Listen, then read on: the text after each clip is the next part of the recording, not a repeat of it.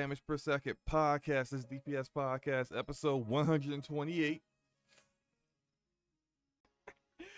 Oh, the way you said that. Shout out to everybody that's here. Shout out to that guy, Smitty, Dad of War, Enrique, True Serum, Phil, DVG, Spider 13, our homie Die, H Deli in the house, Big Mad Mo. What's up, y'all? Hope you guys having a good Thursday night. And to address, we didn't have the podcast last week. I did have a death in the family. My father passed away last 2 Sundays ago, and so because of that, that's the reason why we ended up not having the podcast last week.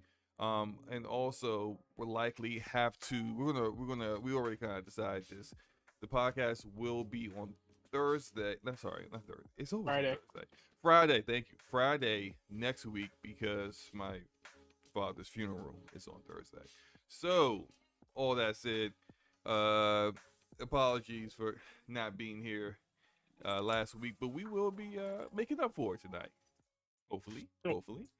Forte, what you been up to? Yo. Working a lot. Outside of that, play some Resident Evil, play some NBA, finish Callisto Protocol. Okay, how'd you like Callisto? You know, now that you completed, how do you like the game overall? I really liked it. I mean, it's complete. It's not. I ain't gonna say completely different from Dead Space. It's more melee focused than Dead Space is. But boy, but that game is a beautiful looking game, bro. Better, worse? What do you think?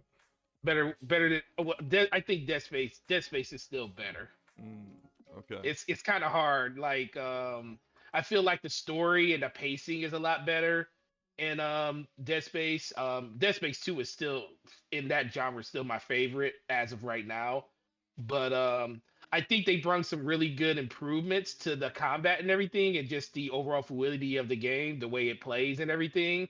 But it's more, like I said, I like the fact that you can play Dead Space as a melee game if you want, but Callisto is more melee than anything. Like you're going to be hitting things upside the head more than you're going to be shooting them in that game. And I mean, if you like that type of gameplay, you're going to like it. If not, it's going to be something that's going to kind of just probably wear out on you. But I liked it. But there is no denying that is a beautiful looking game, bro. Oh, really? What did you play it on? Xbox, PlayStation, PC? What did you play it on? Played on PlayStation. Oh, okay. So you didn't have to deal with like no missing and oh my god. Did they patch that on Xbox? I don't know. have no idea. I got zero desire to play those kind of games. So I have no idea somebody let us down and didn't subscribe to the Min-Maxers tier. Oh no, they did exactly what they needed to do, which was not spend leave that you money. alone. Yeah, they leave me alone. Oh, Leave me alone. But no, outside of Callisto and Resident Evil, what else is that all you've been playing? What else you got? I mean, still dabbling in the game that you love to hate, Destiny. That's always a part of the rotation. Unfortunately. But yeah, outside of going through Resident Evil and getting ready for Star Wars Survivor coming out in a couple of weeks. Are you that's gonna kind play of Fallen Order? I actually was going to start that next week. I was going to start because I didn't beat it. I'm definitely going to start that. I did not beat Fallen Order. Okay, put Resident Evil on pause. Go it's so good. I mean, like, yeah, of course it's good, but go play Fallen Order, man. Like, what are you doing out here? Like, I beat Fallen Order back when it first came out. I think that might have been the first game I beat when I first built my PC. So I beat it on PC. I have it reinstalled now, and I'm going to play it again. I did start it, but I didn't. I've only got to about as far as Kyle getting exposed and having to run for his life. That's about as far as I got when I did my restart of it earlier this year. But this week I'm definitely gonna run through it. You're running from the second sisters right now. Say again. You're running from the sister right now. Yeah. I'm at around that parts. But but that's me also needing to chill with so many of the multiplayer games I keep playing, like the one I'm showing right now. So like, believe it or not, this is X Defiant, and Is it? that's X Defiant. Yeah, Oh, I gotta give like we give Ubisoft a lot of crap, right? And deservingly as so. we They deserve should. it. They honestly do. But I do think that we also need to be fair and give credit when due. And X Defiant, when they first had a test for that game, it was the worst multiplayer game I've ever played in my life. It was awful. The controls were terrible. The time to kill was inconsistent. Didn't make any sense. It was a terrible game. And since then, I remember like a few months ago they did they brought it back after like over a year of them putting it back in the oven, letting it cook, Hmm. and they fixed a lot of issues that people had. Now, I had a couple of concerns with when they brought it back, and I was glad they fixed the gunplay. The gunplay work is much better, but my issues were that like they got these characters, kind of like how in Overwatch where you have a character in there, but not so much in Overwatch where it's like the, some of them don't even shoot guns or stuff. It's not like that. This is more of like a first person perspective role company in a way where you got people, everyone has a gun, but it's a little bit more versatile. You have your own completely set loadout of weapons and guns, completely separate from the characters that you use, but those characters have set skills and abilities. And when I was playing it months ago, some characters' abilities were way OP, like super OP. And people very quickly have picked up on it, and it's because they don't have a way of like timing, uh, like they don't have a way where like if you choose a character, no one else can choose it. So everyone's running around with like the same people doing the same skills. For example, there was this one character that just like she had a ability to do like a regen over time for her health, but it was like it was too strong and it lasted too long. And so people were basically just going into firefights, hitting the regen, the heal, which wasn't what it was intended to do. It was supposed to help you heal after a firefight, not going into Right. one. And then you're they basically not they're basically able to face tank everybody like that. So they actually fixed that. You can't do that Mm. anymore. I'm like, all right, look, they actually really listen to the community. So imagine a developer listening to the community. It's pretty crazy. And and my other issue was I thought the maps were kind of blah. You know, this map was from the previous closed beta, and this is one of the better ones I think. Some of the other maps I think kind of suck, but they got a couple of other maps that are in there now that I played on, and they're pretty good. And the closed beta is open for like I think like a week now. It's a lot longer than it was before, but I'm enjoying the game. It's actually a lot of fun. And it might make my rotation when it officially comes out. We'll see. So we may make your rotation, what's gonna fall out? It's gonna have to be Road Company, unfortunately. I was gonna say Yeah, Road Company because this kind of looks not it kind of looks like Road Company a little. I mean, over Road Company's third person perspective, but like Yeah. the gameplay elements of it is very much like Road Company, a little less personality. I mean, it's like these factions are Was that Sam all Fisher? no, but it's like it's it's it's a faction that's from the Splinter Cell universe, Uh huh. so to speak. So a lot of their skills are based upon that. Like one Talking of about them, echelon, second echelon. and one of them I don't know, but like a skill that you probably you see it at some point because there's a skill that someone could actually turn invisible for a short period of time, but you can kind of if they're moving too fast, you can kind of catch them. And I caught someone like I could see it was them and I shot them up, but it's like it's stuff like that. You get abilities like the guy I'm using is a cleaner. They use a lot of fire and stuff. They're from the Division games, and he's got like a turret, and you throw that turret out, and it goes in a straight line, but it like shoots out flames, and it hits anyone. You're pretty much dead if it hits anyone in that straight line. So it could be kind of used situationally, like in like narrow hallway or corridors and stuff like that. So it's a lot of So strategy so does in this play. so does this count Sam Fisher show up every time you die? Oh, you mean with the little icon doing the little animation at the Yeah, bottom? does that show No, up no, every time you no, die? no. No. It's because it's because everyone keeps using the same characters. That's my complaint is that there's still there's a meta already in the closed beta because there's certain characters that are just better than others, and I'm using kind of like a character that's not in the meta, so no, so you don't see any dudes with like fireman You're doing jackets on and a yeah. gas That's like mask look like you just ran whenever into I a get killed. firehouse. Right.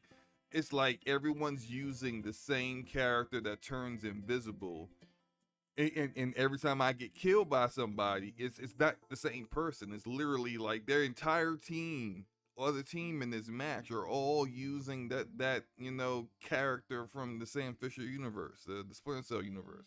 So it's just that's what they gotta work on before they get the launch. They gotta balance things better so that other factions and other characters are more viable than just the Right. three. Because it's literally three characters that everyone Three. chooses. Yeah, cause that's great. Every time I look, he throws the "Hey, I got you." Throws the little salute up in the air. It's like, yeah, that would get annoying after a while. Right, right. It's already annoying, and I didn't even play it. And I'm just looking at it. But yeah, I've been playing that. I actually tried out Ghostwire Tokyo. I for the I first time. downloaded it. I downloaded it on Tuesday, and I haven't got a chance I to play it downloaded yet. it on And bruh, Tuesday, and let me tell you something about I Ghostwire downloaded. Tokyo real quick, man. Uh oh. Speak your truth. I did not know this game was so annoying. Oh my god. What's wrong with it? What's wrong with it? Let's. I played probably about a good hour of the beginning of Ghostwire Tokyo, and Mm-hmm. I think I may have actually played 10 minutes out of that hour. Mm-hmm. Like 10 freaking minutes. Are we talking about actual gameplay? Is what you're talking about? Yeah, that's what I'm talking about. Like it's this is what irked me, right? There was this long cutscene. You're looking at it right now. This part of this long cutscene. Mm-hmm. After I finally got a chance to move, I moved 5 feet and I went immediately into another cutscene. I was like, bruh, Oh man, it's get not me like the this. freak out of here. I'm about, I'm about to snap, yo. I'm literally about to snap because it's just and the voice acting ain't exactly the best either. You know, maybe I might need to go Japanese audio and subtitles because it's just like the English voice acting was definitely not the best. They need to get Ramon Terrell in there. You know, they need to bring the homie in because some of these, like especially the main character, I think the main character kind of is a little bit lacking. Um, but it's I mean, and also okay, so like I remember like so I'm playing it on Game Pass PC, Yeah, that's where I was gonna play it at. and performance wise it was fine. You know, there was a kind of like, you know, whenever it was transitioned from a cutscene back into gameplay, there would be like a slight stutter, which Mm-hmm. is just, it wasn't like a shader cache stutter compilation issue, but more of it like loading like the map again. But it was nothing like too noticeable. My only real issues with the game is I think the controls kind of suck. Like it's I know it's a little bit out of Tango Gameworks' wheelhouse, being first person perspective and everything. But I don't know, man. Like it seemed I started to try to make some adjustments to it because in Mm-hmm. the beginning it was like the horizontal and look acceleration was like way too sensitive. It'd be like I'd be like trying to aim at an enemy and I'm like looking all over like in the ceiling somewhere. So I adjusted it a little bit and it's better, but it just seems like it's way too. I don't. It's got its problems. It's okay so far. I don't know how if I'm gonna like complete it like that because I just don't. I don't really think I like it that much. Maybe it's just me. But I've been playing a bunch of games, man. Let's go ahead and get into these topics then, since we got so My much man's face that is to get disappearing. into. I still feel say the topic list is longer than the gap between Xbox's AAA game releases. Y'all are real messy. But you know what? There's one thing on this list that makes me proud, and I didn't know if it was gonna be here. That woo! Can't wait for that topic. You must be talking about Zelda, because that's all. That's Woo! gonna be all you. Because I Three have 3 minutes and 35 seconds of amazingness. I got nothing to talk about Oh when man, it it was comes so to that. good. It was But no, good. let's go ahead and jump into this Let's first go. topic. Suicide Squad officially delayed. This was Anybody announced surprised? today. Officially delayed to February 2nd, 2024.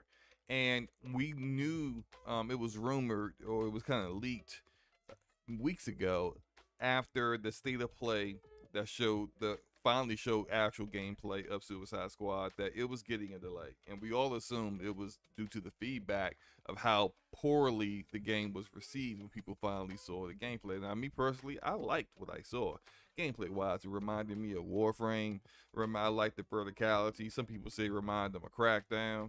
I don't really see Crackdown like that, but Yeah. I do get people like the purple pimple popping stuff don't look too cool. I understand that they might want to like take that out, please. Find a different way to say, hey, here's the weak spot of this person or machine.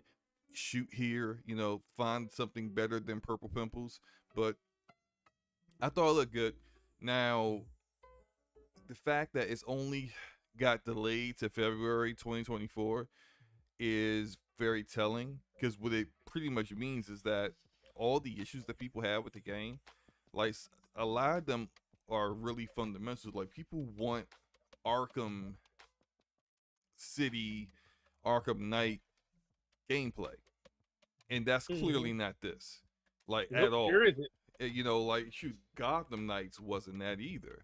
If you play Gotham Knights, so you're not getting that. Like in order for them to like implement that kind of gameplay instead of what they're doing right now, it's going to be way more than just a year delay. This is going to take a really long time to undo all of that. Really, according to Jason Schreier, this delay is mostly just for polish.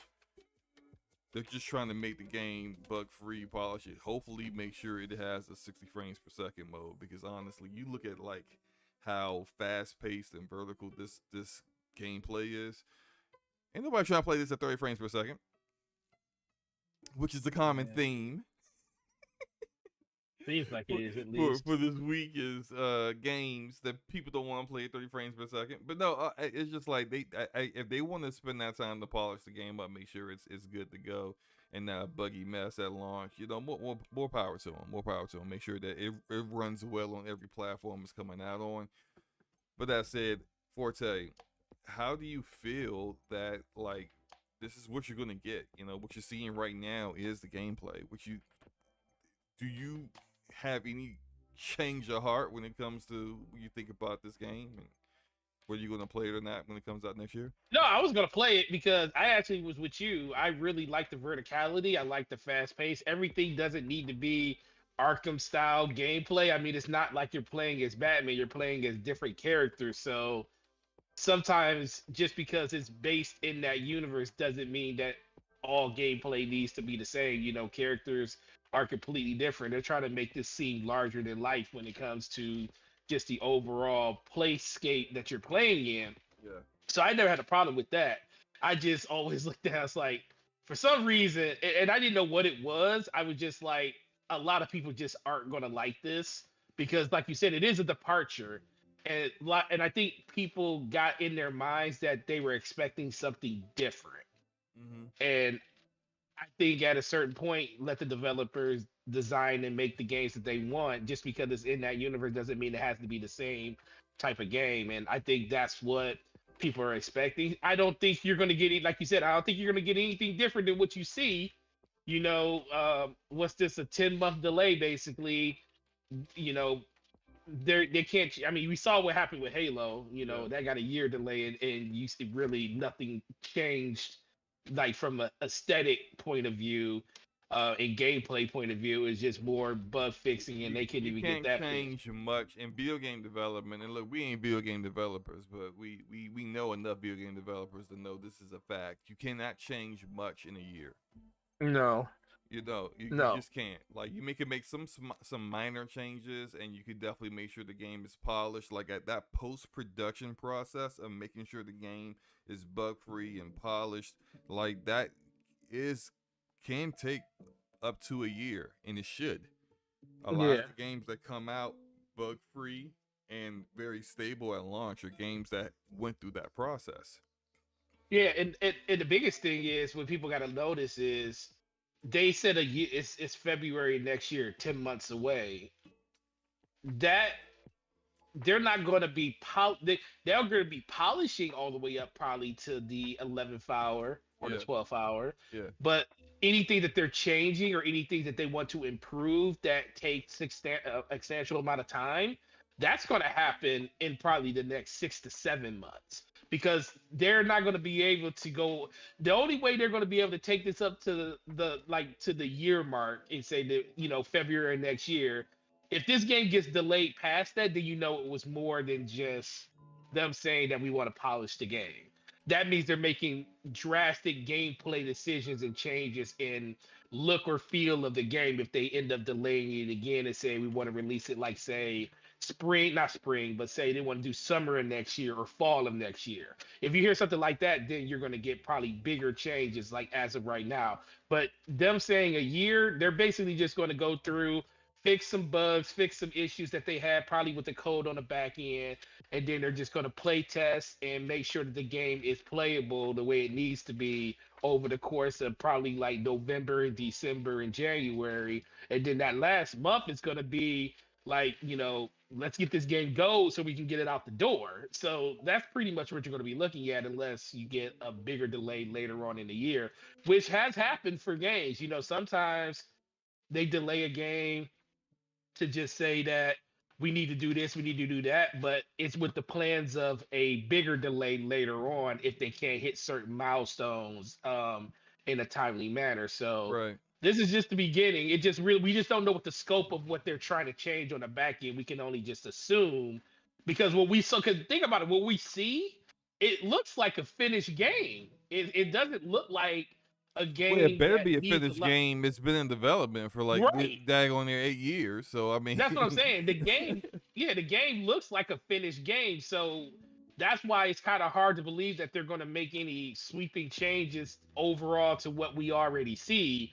But if you see, like I said, if you see a delay later on, like say 7, 8 months halfway through the year, and they say they're going to push a little bit further out, then you could probably start saying that it's going to be a little bit more to it. But I think the game that we see here is the game we're going to get then, just hopefully with even better visuals, improvements, and God forsaken, please don't say 30 frames a second on next gen consoles. I cannot imagine this playing this game in 30 frames per second. I really can't imagine playing any game at 30 frames per Any second. game at 30 But frames per look second. at this combat oh my god, no, absolutely not. Like they No, better I'd be sick. figure it out. You know what? What if like they saw the reception of Gotham Knights and they looked at that game and was like, bruh, you see what they did? What they did. Our game is 30. Yeah. We're gonna have to fix this. Like that. I'm hoping that was a conversation that was had, and they just like didn't verbalize that publicly and was like, "Hey, look, we about to fix this in the back end." I mean, they see what happened with Red. I mean, hopefully they probably in the last thing was like, man, do you see what happened? Was happening with Redfall and Arcane over there? Yeah, we might want to fix this. Right. Shout out to 30 people here. Only 10 likes though. Y'all hit that like button, man. You know what I'm saying? Hit the like button, people. You guys are watching the show. Hit the like button while you at it. We can move on real quick. Next topic here is, and we kind of getting caught up on some things. Like this clearly was a topic from last week, but we weren't here People last were week. hurt So off we're gonna this talk one, about it. Huh? People were hurt off this topic. Oh, the people was big mad about this. Big hurt. Like and BG was out here all... taking. And BG was out here taking no quarter. But people were. It's like that the big initial excitement, when you see PlayStation and handheld, and then Mm-hmm. disappointment once they looked into what it was Once they really found about. out what it really was. So shout out to Inside Gaming, Tom Henderson, that website for breaking the news here. PlayStation has a patent. It doesn't necessarily mean this is definitely going to come out, or maybe actually, I think he said that they are planning on releasing this, but before the PlayStation 5 Pro, which is supposed to be 2024, holiday 2024. So I guess within the next year or so, this would be Mm-hmm. something that will come out. But this is really more of an accessory instead of an actual dedicated handheld. But the code name for this device is Q Lite, and this new PlayStation handheld is essentially kind of like, man, I keep forgetting the name of the thing, but like the little two controllers that stick on the end of your iPhone. Mm-hmm. Is it the backbone? What do they call Yeah, the it? backbone. It's called the backbone. Yeah, it's kind of like that, but actually more of a bigger dual sense controller with a like an 8-inch screen on it. You know, so what are your thoughts about this, Forte? Because the big issue isn't really the actual form factor of it. The big issue that people are having with this PlayStation handheld is that it's not a device that can be used separate from the PlayStation 5, because it literally is just remote play. It's all it can do. So you're gonna need to have and you're gonna need to have an internet connection. You're gonna need to have a PlayStation 5. And I mean, I don't know how well they're gonna ramp up the actual performance of remote play, but my last time using remote play wasn't that great. So, I mean, what are your thoughts about this? What do you think about this Q Light?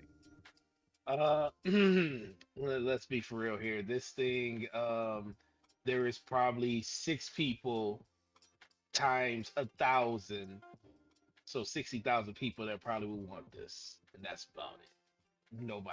Nobody really wants this. Anybody, you could say you want it. Some people could say they think they would enjoy it. Okay,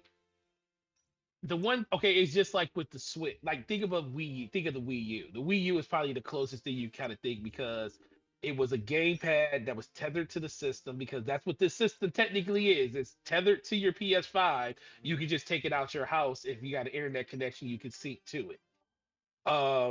But the thing with the Wii U was, you can go into your bedroom, you go into your bathroom, as long as your system on, you can play. If somebody was watching TV, you can play your game on the tablet itself. That was the thing that people thought they wanted, and nobody wanted that. Everybody just played on their big TV. Nobody really wanted to do that, because those games wasn't. First of all, the system wasn't robust enough to do that. And then on top of that, people just said, if I'm going to be at home, I'm just going to play on my TV. So fast forward It's to what very this is, situational. very situational. Yeah, Now like fast if forward, someone is tying up your TV, and you just so happen to have your PlayStation connected to that TV, and you want to play your PlayStation, but let's say you got your kids and they're watching Disney Plus or something, then yeah, pull out it's the an Q avenue Light for and it. play there. I mean, but this is But what how many people got an extra TV? But I tend to believe that more people got more TVs in their house than they have kids.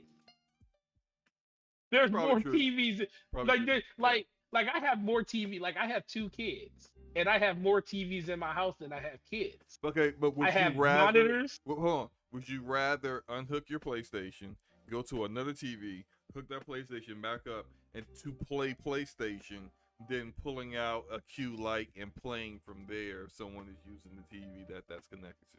Yes, because the difference is the PlayStation. Okay, some people are gonna probably say this is hyperbole because Nintendo does the same thing, but the difference is the Switch you can literally take out of your house. It's like you're taking the whole console and moving with it. It's like, yes, the base is sitting at your TV, but if you want to play your Switch, because if someone's on that TV and they're watching it, you literally take your whole Switch. You literally take it out the dock and go with it. You can go outside, you can go up the street, you can go around the corner, you can walk to the corner store and play your Switch all the way there with no internet connection and not have to worry about it. And you will be able to play the same game at the same rate, the same quality, as good or bad as that is. You can play it the same way as it was on your TV or on the go. Now, with this system, if you leave your house, it's not like they're going to probably sell this thing. Like they tried to do the whole the 3G network that they did originally on the first Vita, on the Vita 3G version, and that thing was horrible. It was serviced through AT&T. It didn't last very long at all, and the internet connection on that thing was horrendous unless you were in really rural areas that had really good internet speeds. And then on top of that, if you want to play remote play wise, most people that play PlayStation games, like those type of games, they don't want to play on their TV. Remember, this was You mean the whole they don't want conversation. to play on a handheld? You mean? Yeah, that's what I'm saying. They want to play it on their TV. It's like Right, if right. I want to play God of War Ragnarok, why do I want to play on my handheld? Why would I want to do that? Like if that's the case, I'll wait for it to come to PC and I buy a Steam Deck where I can natively play it and not have to worry about input lag and latency and stuff like that. That's kind of like the thought that I'm having around it. Uh-huh. So, but I'm not going to say it's not for somebody. Somebody is going to buy Yeah, but this. enough somebody's gotta No, be. that's what. Did you hear what I said? I said there's 6 people times 1,000. Okay, it's not 6,000 people. Well, maybe I don't Six know. people. Okay, okay. No, there's more than 6,000 people that's going to buy this thing when it comes out. I think price is what's really going to actually determine whether people are It actually better not be going more than to. 150, $200 for something that is not even a native Oh, okay, so with what native price? hardware. What price do you think it's going to be? A streaming, it basically is going to be a streaming box, a streaming handheld controller. That thing shouldn't be more than 150 bucks, 200 bucks max. It depends on now. Most of this is going to depend on what quality screen they put on it. If they put a OLED screen on it, I can see it being $200, no more than 200. But if they just go with like an LCD screen, that thing better not be more than 100, 150 bucks. Because there's no native hardware. What is going to have in it? A Wi-Fi adapter that allows you to be able to connect to whatever band that they have Uh, the a PlayStation 5 hundred, hooked up a to. hundred, the 150. Look, I At the agree. most. I agree that it needs to be cheaper in order to get people to even try it. Right? If it's too expensive, there's just no one. There's no one unless like you're a hardcore like collector kind of person that just like you just buy any and every little weird thing that gets made. Like you, the people that kind of own like the Nintendo VR from back in the day where everything was red and it was a piece of crap. And then people who were out there and bought that just because they wanted to own everything, right? You're gonna get Mhm. people who are gonna buy it for that. But if they really want to mass produce this and really sell this, you gotta think about where they price their controller like accessories already, and then think about realistically 70 how bucks. much people would have 70. How much is the dual sense, man? 70 bucks. This is the dual sense with a screen on it. It's You heard me gotta say cost more than 150 to $200 at most. okay, how much is the dual sense edge? 200. It's gonna be closer to a dual sense edge. No, dude, no. Heck I'm no. thinking. Listen, I'm there thinking. is no native hard. What are they gonna have in it? What processor is gonna be in this thing? Dude, it's not gonna natively play games on it. You have So to. what are we buying? We're buying something that you're What you're streaming to. arguing, you need to think about what Sony is going to do. Think about Oh, how I it's know priced. Sony might. I'll tell you what I think it should be, not what Sony is gonna inevitably try to bid people over and make them pay. I think it'll be anywhere between 175 and 200, but Okay, so closer to we're in 200. agreement. Closer to We're in agreement. 200. Yeah, Oh, because okay. So okay, because the way you were making this it doesn't argument, have the DualSense Edge features like the right? paddles and the profiles and all that other stuff, but it does have a screen. Right. Okay, so at least So we're on the same page that 200 is the max this thing should be. it I actually kind of feel like yeah, I You think think? beyond $200, I think a lot of people will be like, "That's just too much What for is this? I mean, at what that that is." Yeah, yeah, and as much as we talk about how the Switch is underpowered, the Switch is a $300 system that actually has the ability to play games on it and stream. By the way, because in Japan I mean, the they Switch ain't have, worth $300 if you ask me. but guess what? But it will have more functionality when it comes to the ability to play games natively on the system. Plus, they have their own cloud network that you can stream games to in Japan that does interact with the Switch that way for local cloud games. So it already has the ability to do that at $300. So for a system for Nintendo, and I'm not saying it, like I said, it all depends on the quality of the screen and the battery life, like somebody in the chat just said, talking about the battery life too. It all depends on that. But the fact that this thing natively, you cannot put a game in there is no reason for this thing to be above $200. But Sony's gonna find a way to charge you three. They'll find a way to charge you three though. I don't think they're gonna charge that much. They better not. 250 at the most. If they can't figure out how to make this and have it at a reasonable price, if they really think like they should just not bother if it's gonna come out and be that much. It's How much was the Vita when it came out? 240, wasn't it 249? What was the price of a Vita when it came out? Let me look. Even though I got Yes. a Vita commercial trailer running on the screen right now. No, I don't remember, but like, okay, before we move on, do you think this thing will be successful, or is it something that they're going to abandon pretty quickly? Uh, mm, mm, What? What sound was mm. that? I don't know what kind of sound that was. That just sound crazy. It was 249 for the 3G version. So Yeah. the non 3G version was 200. Was probably 200 or 229. I mean, but that was like almost a decade ago. So Oh not no, really no. The relevant. regular version, no, the Wi-Fi version was 249. The 3G version was 299 because it came with the data plan. But It that's came with a data plan. different than this because that could be played completely separate from. It could do remote play with PS4, but it actually But also it had ran native itself. games. So it's I gotta know. be. It's going to be cheaper. It's going to be cheaper. It's got to be cheaper than that. Yeah. Look, if it's more than 200, it's not going to sell. It's If it's L's. less than 200, then it might find an audience. But I also still don't think a lot of people would jump into it. So to answer your question about is this thing going to fail or not, I think it depends on how long they're willing to support it. If they're willing, and Sony hasn't really shown the ability to support stuff that is kind of going at a slow rate over time. I think in certain markets, like in Japan, it will do definitely really well because that's a handheld market at this point. Nintendo is like kind of dominating over there. So I do think that it will be the ability to do that. But I also think the barrier entry of having to have a PlayStation 5 to really take advantage of this is another thing that's going to kind of hinder it too. It's kind of just like with VR. VR is, even though there's a lot of people that will buy it, and I do think PSVR 2 is going to sell pretty well after Sony puts it out into a marketplace that's outside of their own. So I do think those numbers are going to drastically increase.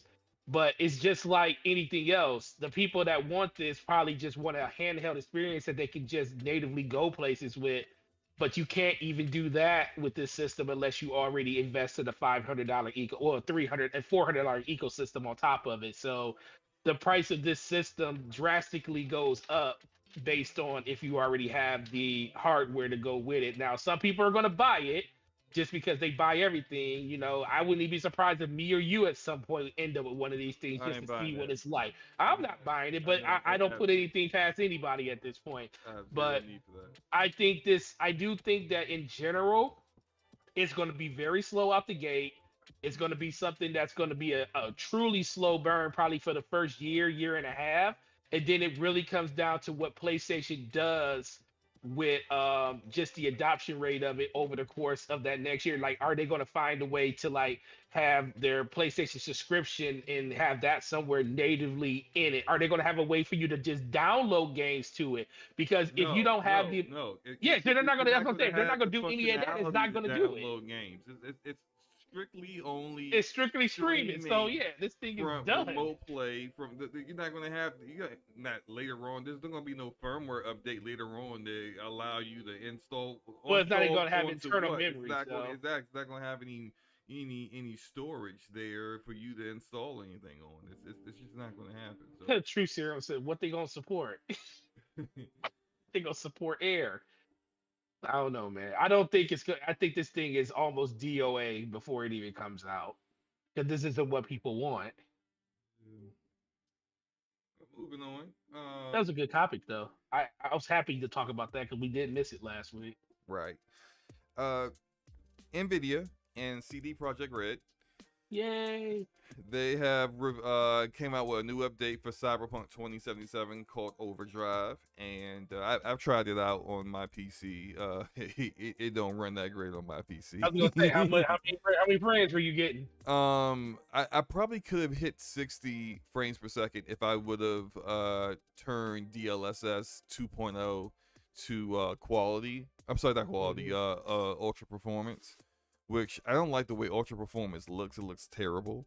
So I didn't even try. I had it on quality and then I switched to balance. But at DLSS balanced at 1440p, I was getting like 50 frames per second, which ain't really where I'm trying to play games at.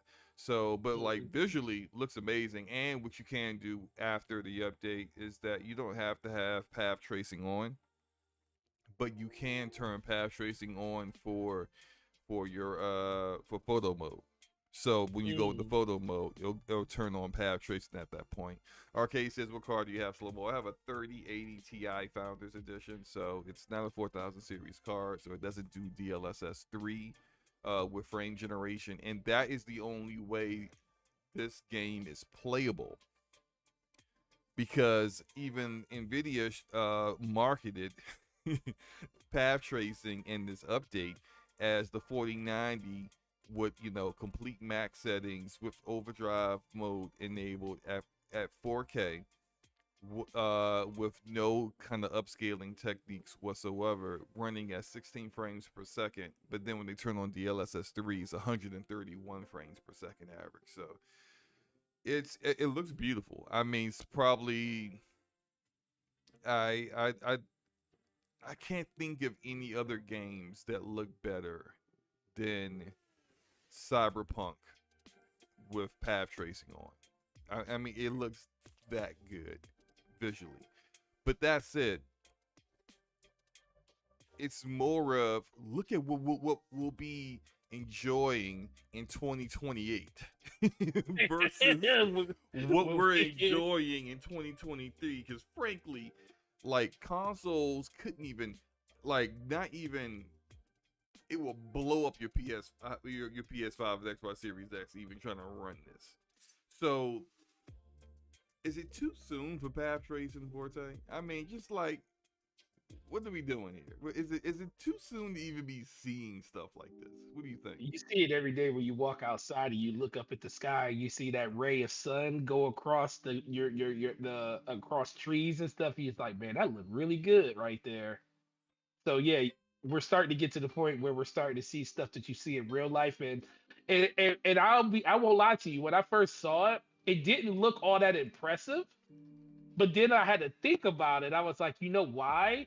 Because you're used to seeing something like that in real life. Like when you see it, you're like, it's not something that your brain is telling you because it's a video game that, oh, that looks cool that you saw that except in certain circumstances and stuff.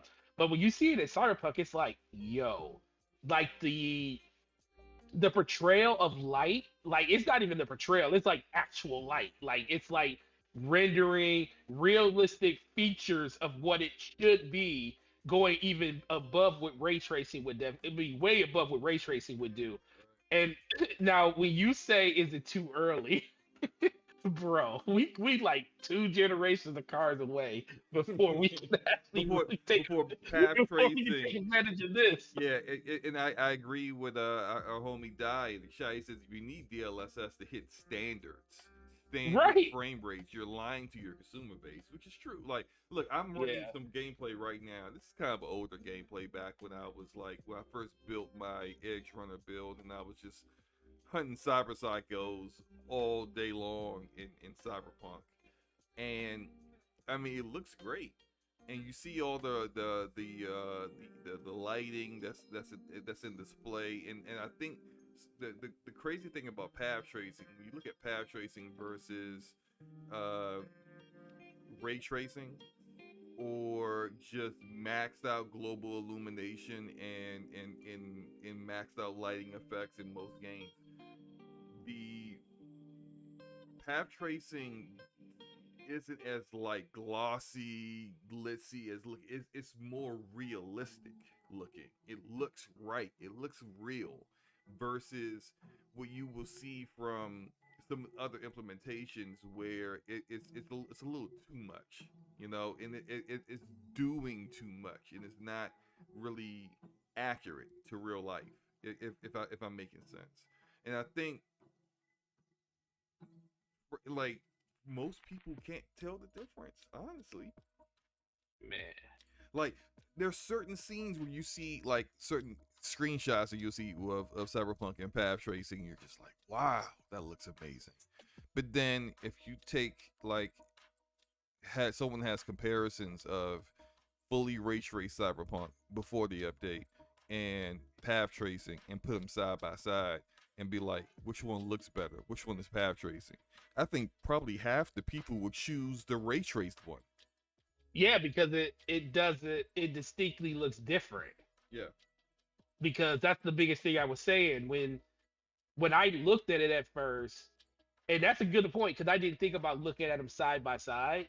But as soon as I looked at it, I was like, it just looked normal to me because that's what it's supposed to be. It's not doing any tricks or anything. It's literally rendering realistic light that you would literally see every day when you walk outside your four doors and you just see shadows and the way shadows are portrayed and the way light bounces off of objects. It doesn't look all that remarkable to you because it's something you see every day when you walk out your house compared to in Cyberpunk when you look at just the ray tracing mode. It's like embellished, like you can see that, Yeah. that they're literally making the light do what they wanted to do in a realistic fashion, but they're purposely doing it, whereas in path tracing they're just implementing it and is doing the rest of it all on its own. Right. Which is going to be easier and better for developers, and also help games get out quicker because it's not as much work that has to go into it. But again, we don't quite have the hardware there yet to actually see this be adopted and Right. industry wide, and which is fine. That like it's going to take time, and like at some point, some of the other things, features that we see that are standard graphical features, visual features that we see in games today, at one point we're like, oh, like if you try that on a GTX 970, it's going to melt. It's like it's not going to happen. But now today, just any old, low to mid range GPU is going to be able to run it, or even our last generation consoles were running games that were running those kind of features. It just takes time, and it's but it will eventually get there at some point. My last question to you though, and which is kind of like as I was kind of looking at my gameplay Mm-hmm. earlier today before I made sure I was going to add it into this, and rewatching their path tracing trailer, I almost forgot that CD Projekt Red has already abandoned the engine for this game, because their Witcher 1 remake is going to be on Unreal Engine. Mm-hmm. The next Witcher game is going to be on Unreal Engine. And even though the expansion for Cyberpunk that's coming out later this year is still, of course, using Red Engine, which is the engine they've always used for everything else, including Cyberpunk here, the updated Red Engine. They're not using it going forward for anything else Cyberpunk. So it's just, was this stuff always in development and they're just showing it off now? Because it's just like it seems like they put a lot of work in on an Something engine they ain't gonna be that's using in the future. yeah, that's just basically just going to be collecting dust in their archives 3 years from now. Listen, man. Yeah, you're right about that. And I mean, but it's always a good flex when you can show something that nothing else is able to do right now, and let you know how far. And maybe it also might be a little bit more of a gotcha moment when it comes to how everybody was perceiving and talking about how the game was, 2.5 years ago when the game launched and was a buggy mess and had issues and stuff. So this is probably them coming out saying, "Yeah, remember when, I mean, granted, it was our fault. We messed up. The game was terrible. It didn't run well on nobody's systems for the most part. But look what we're doing now. Look at the advancements that we're doing when it comes to pushing photorealism in the engine that everybody said was trash. Look what we're doing now.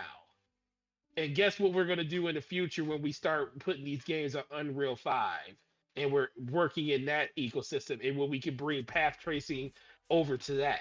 I mean, but We're can you? already, Because yeah. a Red Engine is it's. I mean, Red Engine is not Unreal Engine 5. Just because you can do path tracing in Red Engine doesn't mean that you're gonna be able to do path No, they're tracing. gonna probably, but they're probably thinking like they're definitely trying to find a way to port that over Oh yeah, because absolutely. Yeah. there's no reason that they're going to be showing this now without having some type of way of they're already theory crafting. I guarantee they probably already got a working version of it working in Unreal 5. They just got to get it to the point where it's stable enough and they can actually get all of the different things that they want on the back end to just function the way it works in their Red Engine. Because I guarantee it doesn't work nowhere near as good as it works in Red Engine. But they definitely have plans to move forward with path tracing because there's no reason they would show this if they didn't expect this to be something that they would put into their future titles when that ever comes out. And like you said, by the time we start seeing those titles, it's going to be 2028, 2029. We'll be looking at PS6s and Xbox whatever at that point. You know And what? Dorian makes a good point in the chat. He said they shout lost out the to source Dory. code. So like, you remember when they got hacked? And Oh all yeah, that's I true. completely forgot about that. So they got hacked. Like right, was it right after or right before? At some point around launch time, and I think it had more to do like a retaliation due to That's them true. That's true. lying to the consumer about the game, its performance, and yada yada yada yada. But they had their entire game engine and source code for a lot of stuff stolen. It was hacked, and then it was sold in the black market. So all that's out there now. So maybe they are at the point now. It's just like, I mean, yeah, we'll just go ahead and put this in Cyberpunk so that people could, maybe want to come back and give it a shot again and try it again. But going forward, we're gonna we're gonna move on to Unreal Engine where things are a bit more stable, and it isn't all exposed out there for the whole world to see. But Right. moving on. Let's get into this next topic here, which something is that I'm actually pretty excited about. So we got confirmation that this leak is true. There is a actual running build out there of Persona 3 remake and Jet Set Radio remake, and that both of these games are, of course, published by Sega, are in development right now. Your thoughts about that for a Uh, Persona I've never played. second? Never played any Jet of them? No, no. No. You know what turned me off? Going to school. I was already in school for too long. You're not in school. That's the misconception with it, right? I know it's a misconception, but it's just the fact that that's parts of the game that I see, and I'm like, I don't want to go to school. And I know when you play Persona 5, it's like it gives you a countdown of how many days you're in school, and I'm like, I don't want to do this.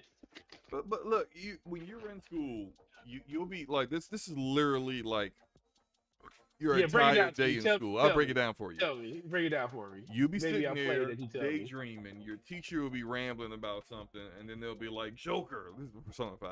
Joker. Yeah, Joker. You loser who's not paying attention. He'll ask you a question off of something that he literally just said, and then you will then go, "Oh, here's the answer. Oh, okay, maybe you're not as stupid as I thought." Then it's the end of the day. you can go off and do whatever you want at that point. Okay. It's not like Is you're it- literally in school, like you're going from class to class to class. Like, no, it's not. That's what it feels. Maybe it's just the fact that the Maybe when it's they because you show- haven't played the game and you don't know what you're well, I talking know about. I did. I looked at trailers, and the trailers look like they in school a lot. It's always like they're in school. Like I see the palaces, and the palaces look cool. Like, but it's like, but then you think about having to go to school, and You I'm got like, I don't want to go Persona to 3, 4, and 5 all in Game Pass right now.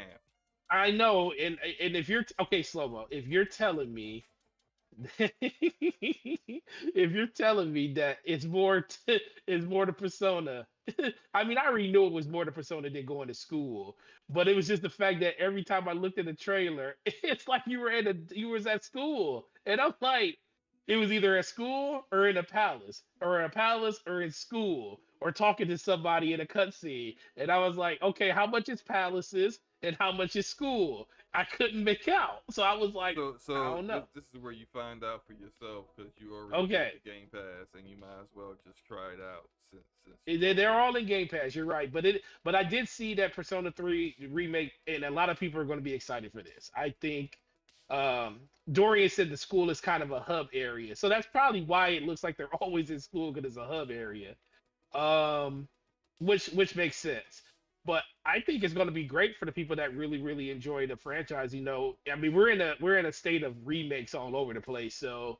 I know Persona 3 is one of a lot of people's favorite ones and stuff. So it's really cool to see that that's actually a thing coming back. But you ever I played mean, Jet yeah, Set I'll Radio? check it out. You, You said what? Have you played Jet Set Radio? Yes. Yeah. Yes. And I haven't excited played for the that one. first one. No, I didn't play. I The played. first I played one the second. I did. The I first played one the was on second. Dreamcast. Yes. Okay, I never played that one. But I did play Jet Set Radio Future that was on Xbox. Mm-hmm. And I really think enjoyed everybody that. played that one. Like if you've ever played Sunset Overdrive, you can definitely tell that Sunset Overdrive took a lot of influence with the rail grinding. They Yep. took a lot of influence from Jet Set Radio. And I am Have you played that at all recently? no, because there's no it's not it's one of those games that never got backwards compatibility on Xbox. Oh, well, see, I own it on Xbox. That's probably why I own it on Xbox. No, No, you I'm talking about can't no, play- I'm not talking about Jet Set Rail. I'm talking about I'm talking about Sunset. Oh, I mean, no, I haven't played it in a long time. I beat it on Xbox. I beat it on PC a while ago, and I haven't played it in a few years. But I mean, Sunset Overdrive is a cool game. Shout out, So- yeah, shout out to the homeboy Ramon Terrell says Forte, you killing me. It's nothing like that. Play the game. Yeah. I'm gonna play it, bro. I'm gonna play the game. I'm gonna play the game. At least play the game to see exactly what it's like. I've never booted up a Persona game just to the fact. Now I have booted up Shimigami Tenseis and stuff, but I never booted up a Persona game because every time I felt like I was about to play one, I felt like I was in school or I felt like I was going to school, so I never did it. I ain't afraid to tell y'all the truth. Yeah, I kind of want to play Jet Set Radio Future. I really would. You don't Like, want to play it again? No, I really want to play it right now. Like, you wanna play it right now. Yeah, like I really want to replay that game. And this, I remember people petitioning for them to bring that back. I think it was more of a licensing issue. And then I also recall people wondering why Sega would like deny bringing it back, but now it would make sense if they had a remake already in development. Then that makes sense. They don't want people saying, "Oh, well, I just played the original in backwards compatibility, so I don't really feel like playing this remake." They want to kind of really capture that nostalgia, but whatever, man. Like we'll see what happens. Who knows how far out in development that game, these two games are, but Shout hopefully out to they're King not. Thrash saying that Persona 5 is godlike. That's what I hear, man. Persona, a That's lot of people. you should know it for yourself I'm just by saying, a lot of actually people. playing Okay. the Well, game. listen. I'm sorry. I didn't want to get a PhD in a video game. That's what I thought I was gonna have to do to play that game. That's what I thought, man. I'm not ashamed to tell you. That's what I thought. Well, Okay, yeah. Phil says Persona 4 has more school than 5, but the school of mainly the students is more important to the story as a whole in that true. one. Yes. The school is very, very important. Yeah. Is Yeah, I'm gonna it try it out. I'm gonna try it out, Thrash. Man. I'm gonna have to try it out, man, because everybody in here smoking me right now, saying like, "Listen, you can't say school is literally a part of the whole game and you ain't try it out." So I'm gonna do it, and I have no excuse because we're paying for a Game Pass subscription. Well, I'm not paying for it. I did three and Thrash years. is also right. It is on PS Plus. Is it on PS? Oh, I got to get Yeah, it on PS Plus. it's I been on probably. PS.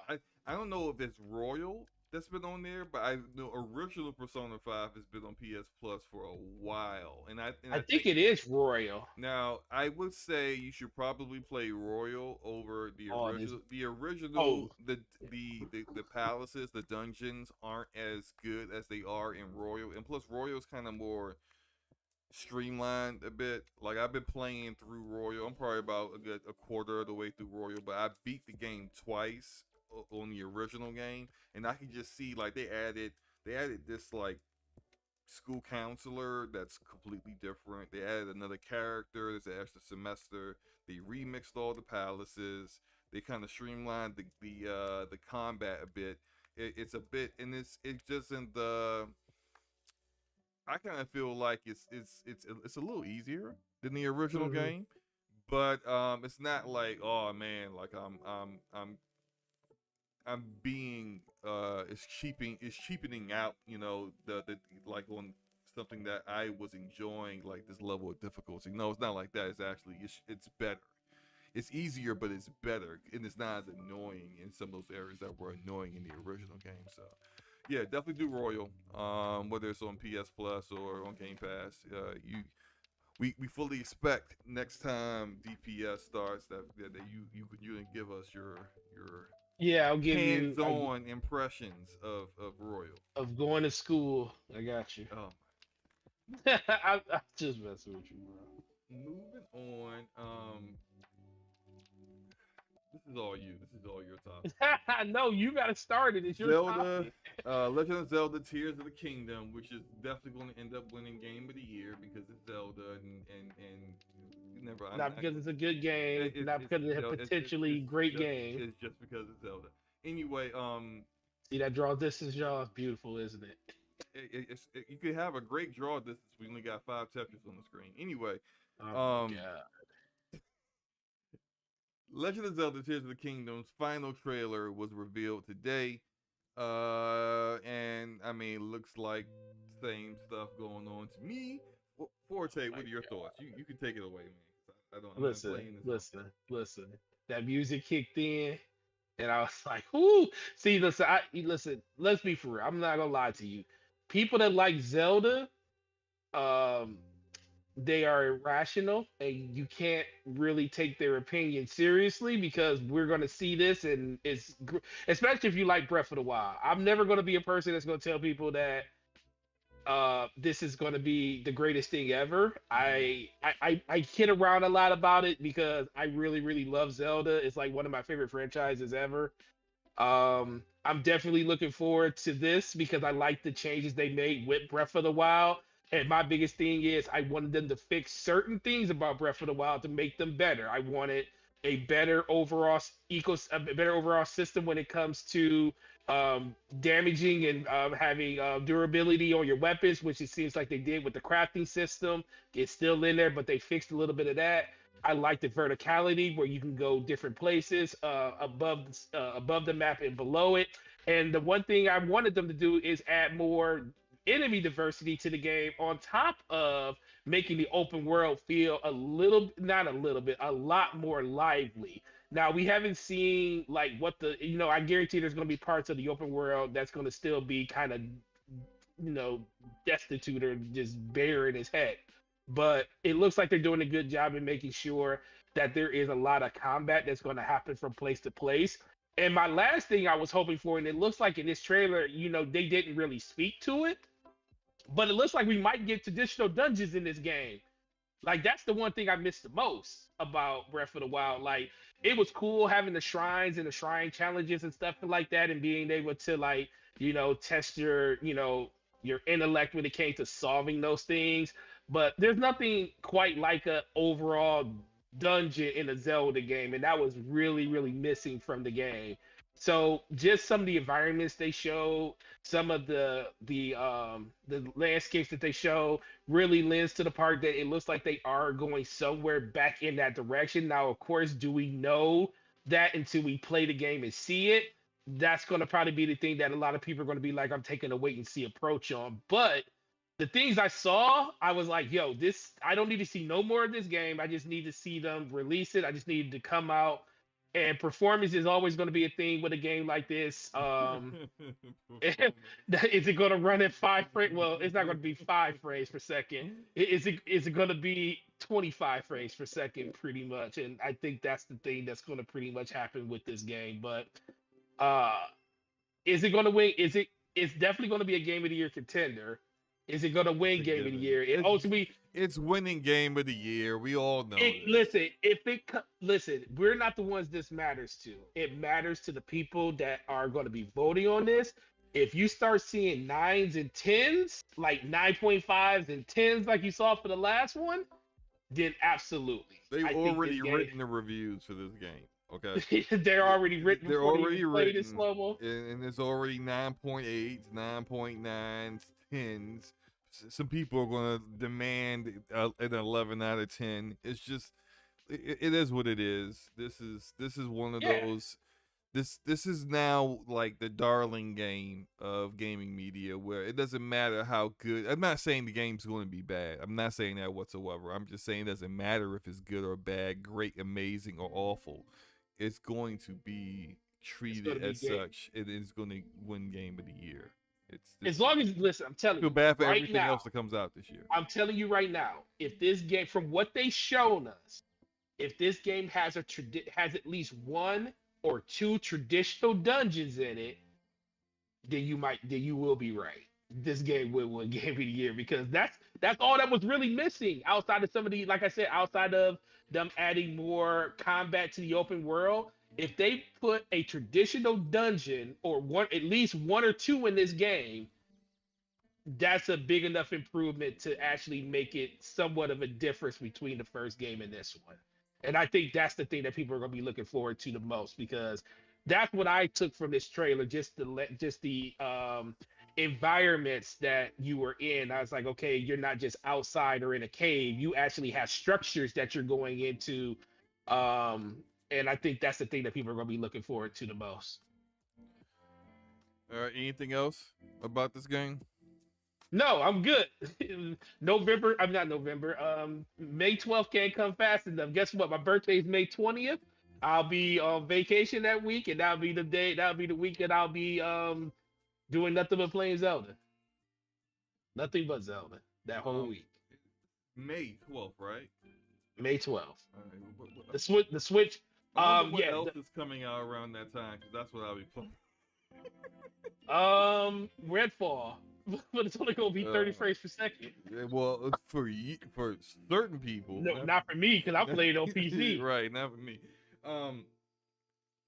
Moving on to something that I'm actually way more interested in. Final Fantasy 16 also had a 25-minute showcase state of play that was today. So a What had more lot of views on it? That Zelda trailer or the on the state of play? What had more views? I don't know. Probably, I would say probably the Zelda trailer probably got more views. Really? I'm about to. I don't know for certain. Someone else can take a look. I'm about to go don't know. look and see. But Final Fantasy 16, every time I see it, it just looks better and better. And there were two things in particular that really got me excited from this reveal. And the first thing was the different the different setups they have, with like they were showing rings and other gear that you can put on that can kind of change Oh, your it's not even gameplay close. style. I'm sorry. Well, it's Zelda by far, right? It's not even close. I told you Zelda was going to have Tears more. of the Kingdom, 3.5 million. Final Fantasy, 162,000. Good grief. Well, Now, I don't now know. to be Hold on, fair, hold on. now to be fair, Hold on. now to be Yeah. fair, Final Fantasy is a 25-minute video. Yet also they do this thing. I don't know if YouTube resets the views, but like it's streamed at 1080p, and then after the stream was over, they did a re-upload of it at 4K. Well, this is the re-upload, so who knows what Okay. the So yeah, this is the re-upload. I don't know if that's combining, but regardless if they're Okay, no, combining the stream. it, Okay, the stream had 333. I'm looking at the stream. The I'm gonna stream say, was like, it 40 doesn't minutes. matter. Like you can combine them together, they still don't. Yeah, it equal- still doesn't come equal close to Zelda. even half Anyway. a quarter. What Zelda Anyway, was. who cares how many views? Let's talk about the game. Hey man, that's called. Remember we used to always do that, man. Like man, PlayStation out here getting millions of views on their videos, and poor Xbox is getting I don't 10,000 care about views that on a brand new fanboy- game. I don't care about that fanboy nonsense. I'm just talking. I'm just bringing up. You know that Zelda is. I felt bad for Sony when Zelda came out right after them said, "Yeah, we're Can doing we a talk Tears of the about Final Kingdom Fantasy thing." 16? Why are you still Yes, talking you about can. Zelda? I'm sorry, because this is what you want to talk about. I'm sorry. This you can talk about. We can talk about. I'm excited for Final Fantasy 2, so you can talk about. Then let's talk about Final Fantasy. Stop talking about Zelda. Okay. Thank you. Who's your favorite summon? So far, I'm gonna go with I'm gonna go with Ifrit so far from what I saw. Ooh. And I'll get to that because my other Ifrit, favorite that is a thing from this was cool those summon battles. I had no idea. One, you could actually use the summon. Like you could actually control the summon now, and those battles were just epic. Like when Ifrit's fighting like this huge Titan thing, he's running up its arm, and as it's being I was just like, I cannot believe this is going to be in the game. It looks freaking amazing. But the other thing that I was excited about was the different builds that you can create. And I liked how it was. When they were talking about that, they were actually showing. I forgot the name of the ring, but you put this ring on, and the ring allows you to kind of like almost like stop time, and then do attacks kind of thing. So it really got me thinking of like different ways that I could probably set up my set up my character and everything. And I'm like, I just want to play the game now. Like I wish it was June. Like at this point now, this is where I go radio silent on anything else. Final Fantasy 16 or anything else. When I get so hyped for a game, I just don't want to see nothing else at that point. Like I'm done. Don't show me nothing else. I don't want to see anything else. I just want to play the game. Because now I'm at that point. I'm this hyped for this game right at this point. Now, finally, Forte, what are your thoughts on it? Well, you're showing the big bad man on the screen himself right now. This looked great. I'm not gonna lie. I was pretty in awe as I was watching that trailer or watching that state of play. I was like, the one thing I will give Sony 100% credit for is when they zero in and showcase a particular title and put all the resources into it, they do a really good job. And I really, really liked what I saw for here. I like how the overall battle system.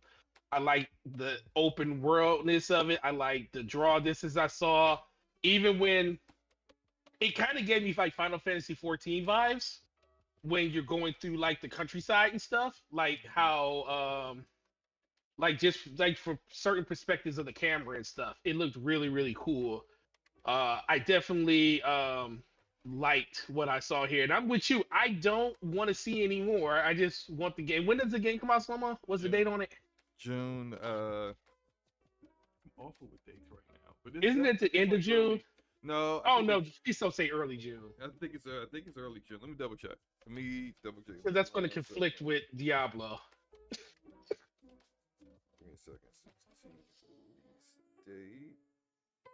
Oh, no, you're right. It's late June. It's June Yeah, 22nd. I was like, because I want Diablo first, and then I want to go into this. Yeah, it's like a week or two before It's like a couple Diablo, weeks after which Diablo. really Yeah. isn't enough time, honestly. If you know No, it's not. Diablo, like that's not enough time to get through Diablo. I mean, you'll probably be able to beat the game once, but like that's Well, not people you'll who be in the play end game by Diablo. that time. Right, yeah, people who play Diablo don't play it, beat it, and then move on to something else. Like, you Nope. go, you play it, you beat it, then you're like in the end game, and you're consistently leveling your characters. You're creating another character to do a different, different class and all kinds of stuff. So it's really not enough time, but it's going to have to be.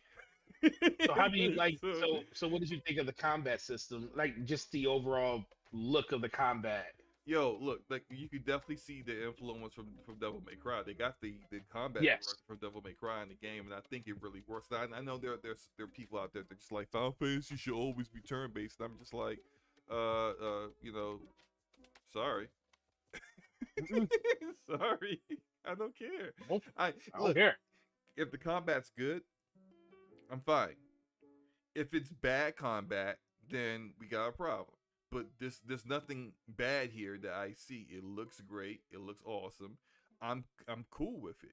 Like I'm not like I like turn-based combat in my RPGs too, but I also like action RPGs as well. It's all about whether it's quality or not, whether it's executed well, whether the developers actually had a goal, reached it, and succeeded in doing what they intended set out to do. And they absolutely, from what we're seeing here, I mean, look, we haven't played it yet, but from what we're seeing, they absolutely nailed this. So I'm good. I'm so good with this. It's the same way I felt with Final Fantasy 7 Remake. It's just like, no, it's not turn based anymore. I'm like, but did you play it?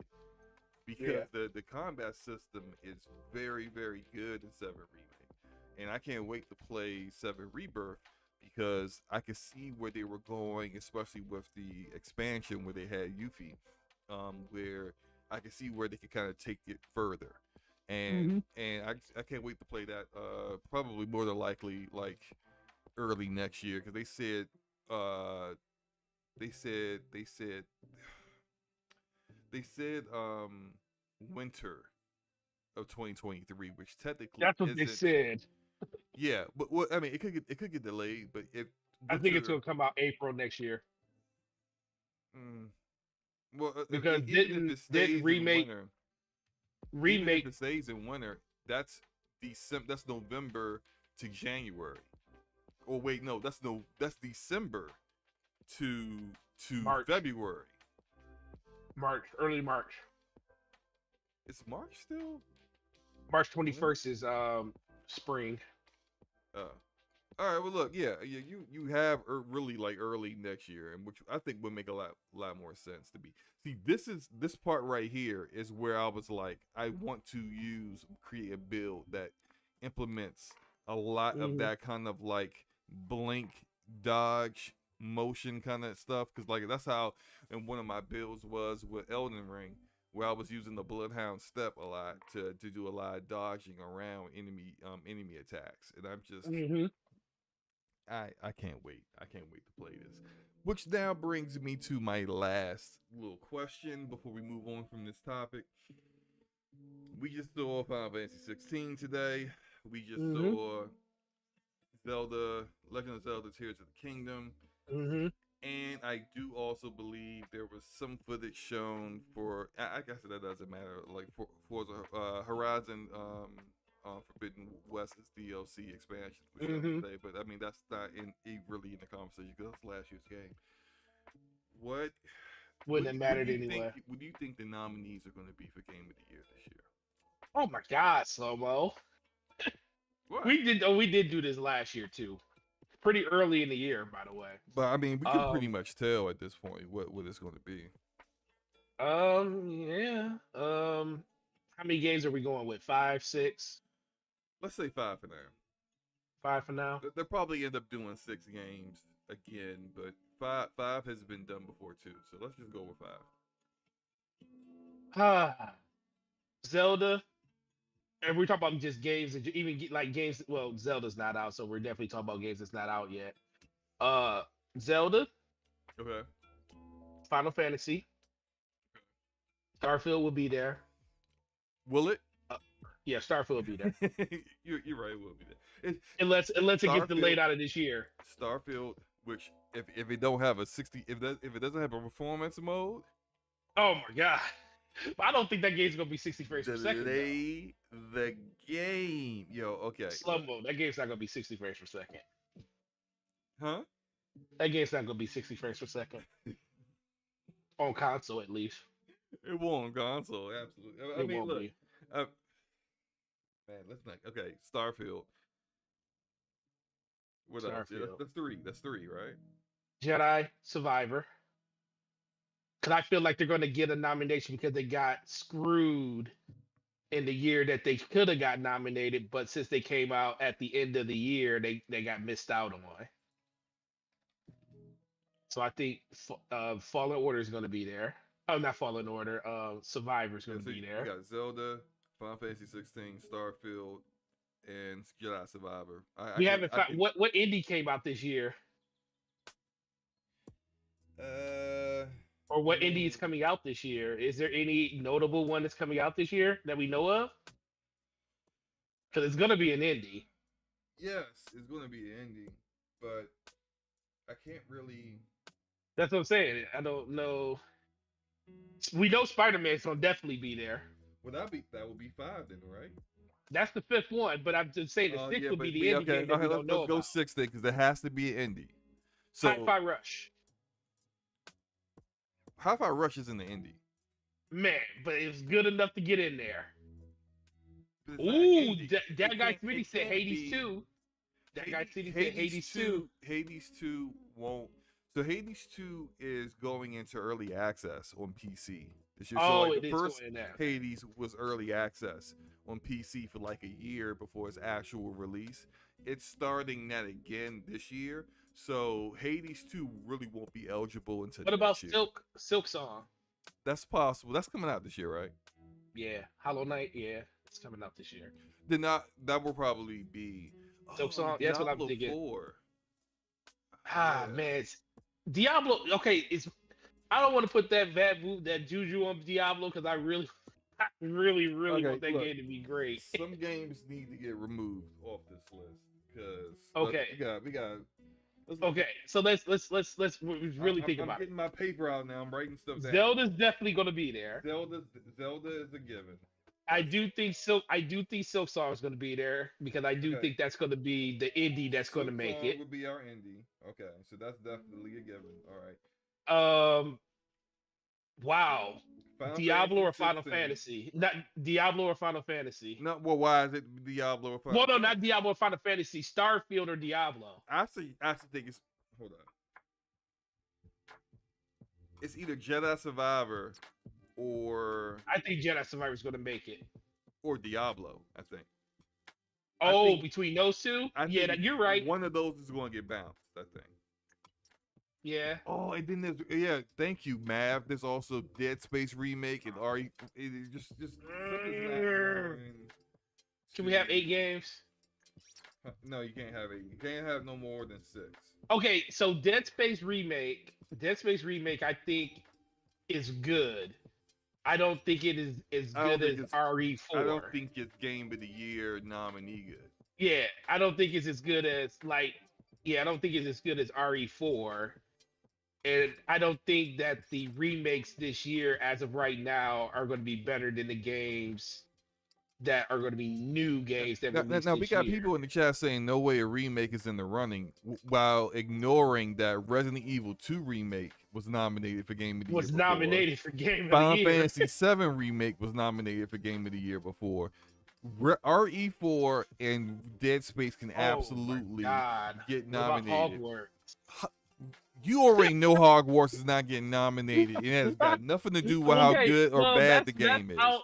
Hogwarts is not getting nominated for other reasons, which it has to do with integrity or the lack thereof of the people that are doing the nominating. We're gonna move on from that. Now, we're gonna move on because Hogwarts. I mean, if you in a perfect world, Hogwarts should get nominated. Yes, I would agree with the number of people that got it, played it, and enjoyed it, and how it should be nominated. It should be nominated, but it won't. It's not even going. It's not. No, even Nintendo.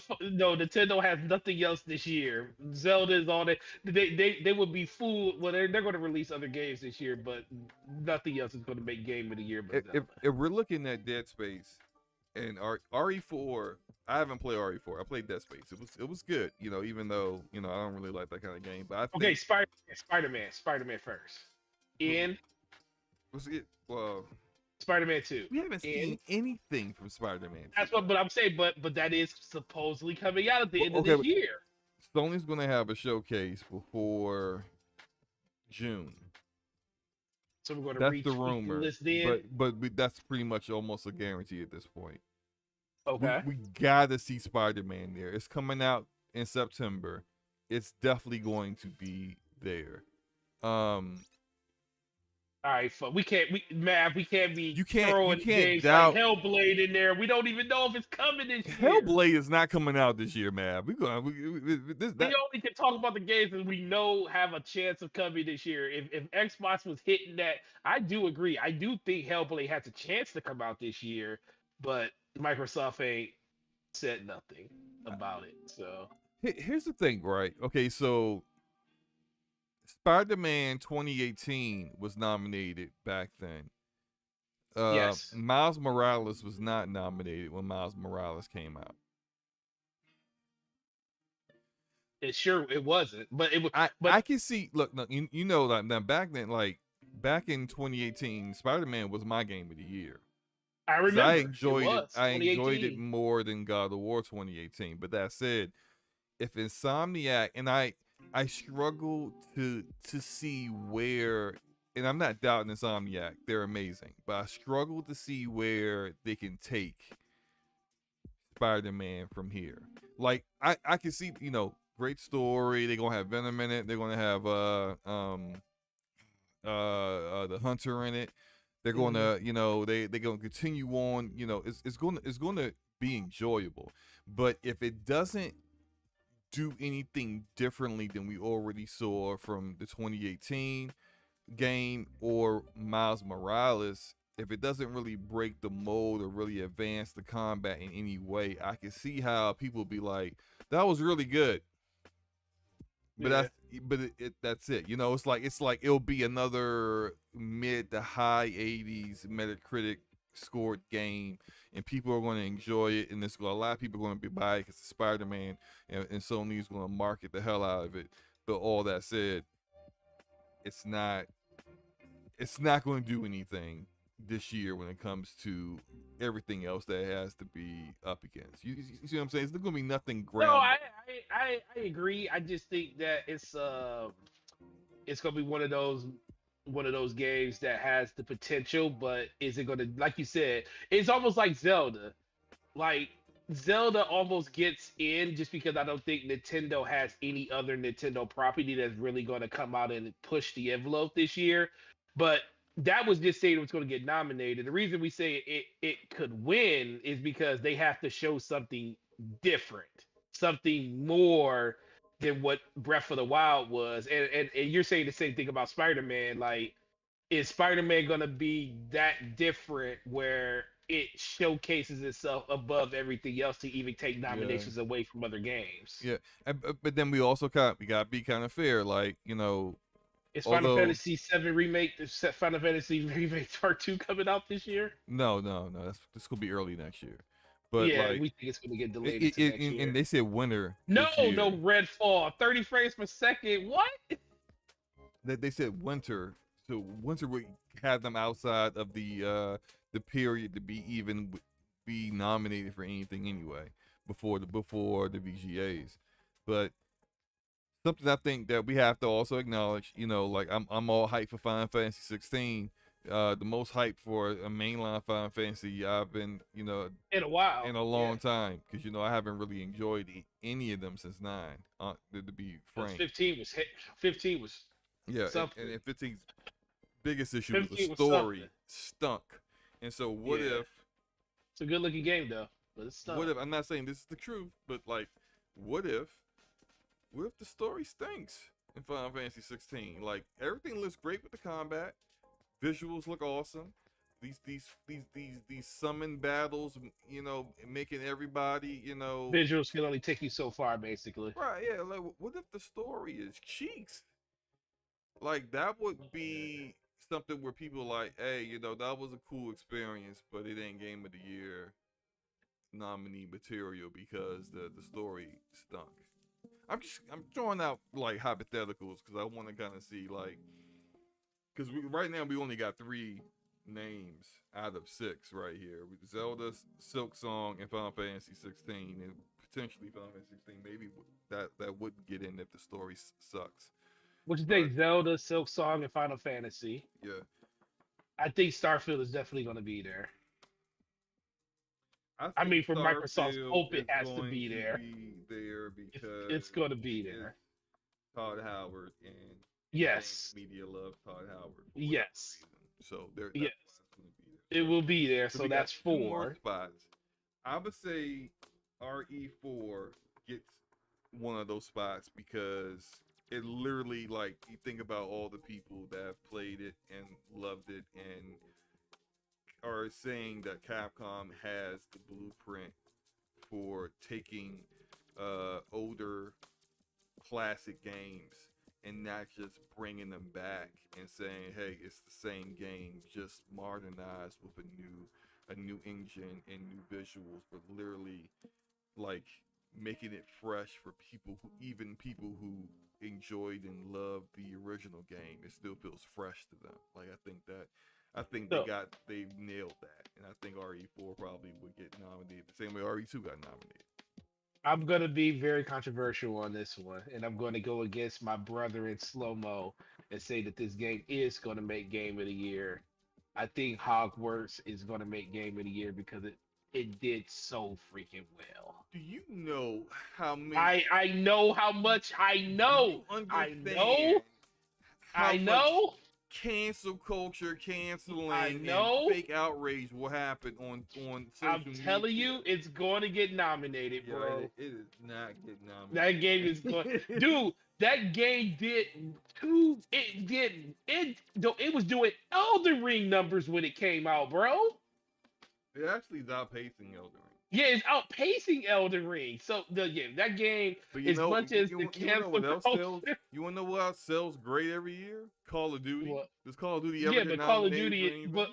but nobody talks about Call of Duty after the first 2 weeks of it comes out, and then they all talk about how they hate the game after it comes out. You ain't hear nobody say. All I keep hearing the people say about um Hogwarts is like, this game is great, this game is amazing. Like, slow mo, how you like Hogwarts, sir? How you feel about Hogwarts? Hogwarts is still probably the best game I played this year. It's the best game you played this year. Yeah, yeah. Yeah, and yeah, it is a 95 Metacritic game. I'm not saying that it is a thing. There's more. It's just okay. To put it like this: the Mario movie has a 59 on Rotten Tomatoes, but when you look at the user score, the user reviews, it's a 96. So just because the media decided to give something a super low score because for some reason they were out of touch of what the fans and people of that IP wanted and liked, doesn't mean that that game can't make a turnaround, or an IP can't make a turnaround and actually do something that most people think it couldn't do. Right. My sixth, I'm gonna say this, and this is this is almost a challenge to Insomniac to prove me wrong. My six is Zelda, Hmm. Silk Song, Okay. Final Fantasy 16, Starfield, RE4, Jedi Survivor. Man, Jedi Survivor, man, that's a. I feel like they got so screwed last time. I just want them to get in there. Hopefully, the game's good enough to get them in there, and I think it will be. Yeah, that's my challenge to Spider-Man 2 to prove me wrong and take Jedi No Survivor spot. Forspoken. What's that? That game still ain't playable, is it? It's playable on PC. To me, I'm talking now, about a month later. we're talking about on platforms where at the end of a splash screen it actually shows a logo for a console. Is it playable on those consoles? Hey man, if they ain't hitting 60, then I would say probably not. And I think that is a great segue to our next topic, and it's going to be a doozy. Oh, man. Can't believe that this is happening. Oh boy, there was some news today that came out. Actually, not today. I'm sorry. Yesterday. Yesterday that came out, and this news was kind of set the internet on fire. Redfall. And I would give them credit for this, and this would be probably the only thing I'm really giving them credit for right now. They at least told us. Because when it came to Gotham Knight, WB Games, and WB Montreal, they tried to hide the fact they didn't have a performance mode all the way up until launch, and then less than a week before launch, it was revealed, not by their own volition, that the game didn't have a performance mode. So at least Arcane told us this disappointing news that the Xbox Series X and S version of Redfall will not have a performance mode at launch. It is coming later on in the patch. Timetable on that has not been said yet, but at launch they are shooting for, they said 4K, and I'm not certain whether that's going to be native 4K or not. I would say probably not, but 4K 30 frames per second for the Xbox Series X, and 1440p and 30 frames per second for the Xbox Series S.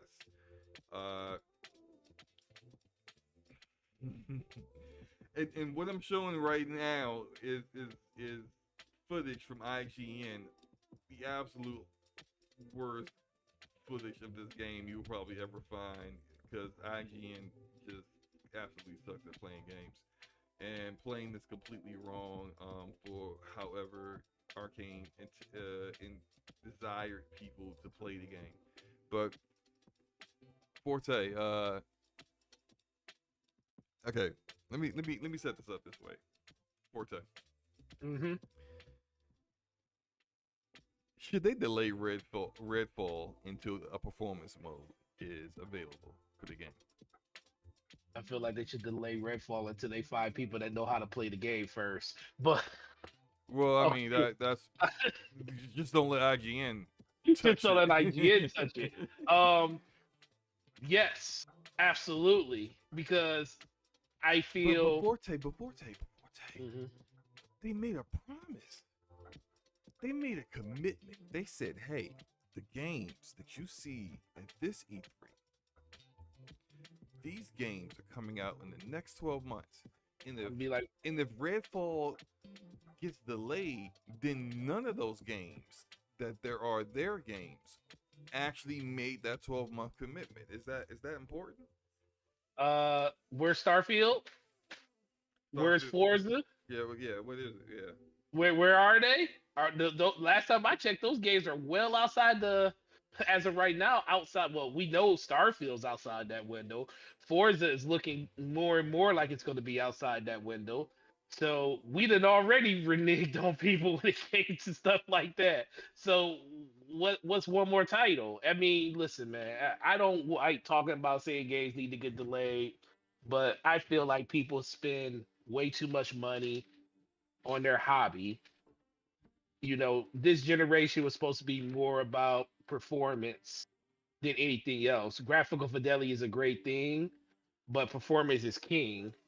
And a game coming out at 60 frames, 30 frames per second, if it was already going to be said that the game was 30 frames per second, yeah, I probably would have a problem with it. But knowing that 60 frames per second was on the table and you're basically saying it's going to come in a later patch. I'm like, a later patch. Well, so why just delay the game? If it, well, how long is this patch going to take? A month? 2 months? Are we going? Are more people going to play the game and beat the game at an inferior frame rate and then decide not to come back and play the game? Because I'll tell you right now, if I play this game on day, well, I will play it on day when I come play it on PC where I can play at 60 frames per second. Oh, But hold on. Let's talk about that PC version. oh yeah, let's talk about this. Now, I'm not gonna. Go ahead. I'm not trying to call anybody out, Mm-hmm. but there are some content creators that were able to play this that spoke about the 1080p. performance when they did their previews of it, and there's some that waited until after all this stuff came out to speak honestly about the performance and whatnot. Uh-huh. It is what it is. That said, when they flew out these content creators and influencers out to LA to have them play Redfall in person, they had them playing Redfall on PC, and the game is running at 1080p resolution. The lowest resolution that you could say is acceptable, and it was supposed to be at 60 frames per second, but multiple people have said that it struggled to keep 60 frames per second. Now, we do not know the builds of the PCs they had people playing this game on, but 1080p 60 FPS? What potato did you have these people playing? Or is the game that badly optimized that it's not really the hardware that's the problem? It's optimization and a lack of polish for the game. Is it really coming in this high? So even though you and I are like, man, at 30 FPS is for the birds, I'm playing it on PC. Are we going to be enjoying it on PC? It'll be no better. Yes, that's where I'm at right now. And literally, if these are the kind of like questions that we have here. Is it going to be a buggy, unoptimized mess on PC? There's no performance mode on consoles. Yes, delay the game. Why? This really shouldn't be a question. Delay the game. And if someone's going to say, "Oh, well, you guys, people complain about Starfield being delayed," I never complained about Starfield being delayed. I said if the game needs to be delayed, delay the game. What I complained about was, and what I said from the very start was, don't make these kind of 12-month commitments at E3 when you can't guarantee those games will be available in that time period. Right. Because what you did was you tailored your entire show to just those 12 months, and then you couldn't even keep to it. What's the purpose?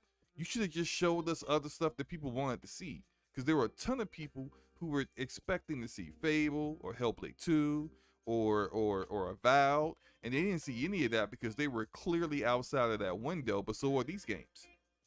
So it's just missed opportunities, you know. So all that said,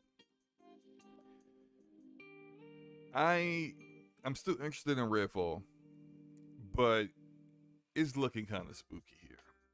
It's looking real spooky. Not as spooky as this gameplay from IGN. Where my man is, he out here throwing teleporters, ain't even using them. He's running from the enemy. Who decides?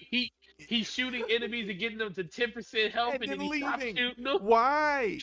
Just finish him off, stupid. Just finish him. Why are you shooting a guy and then say, you know what? I'm gonna let you live. I'm gonna give mercy on you. I'm just gonna run away now. Oh, my teammates are down. Let me go pick this lock.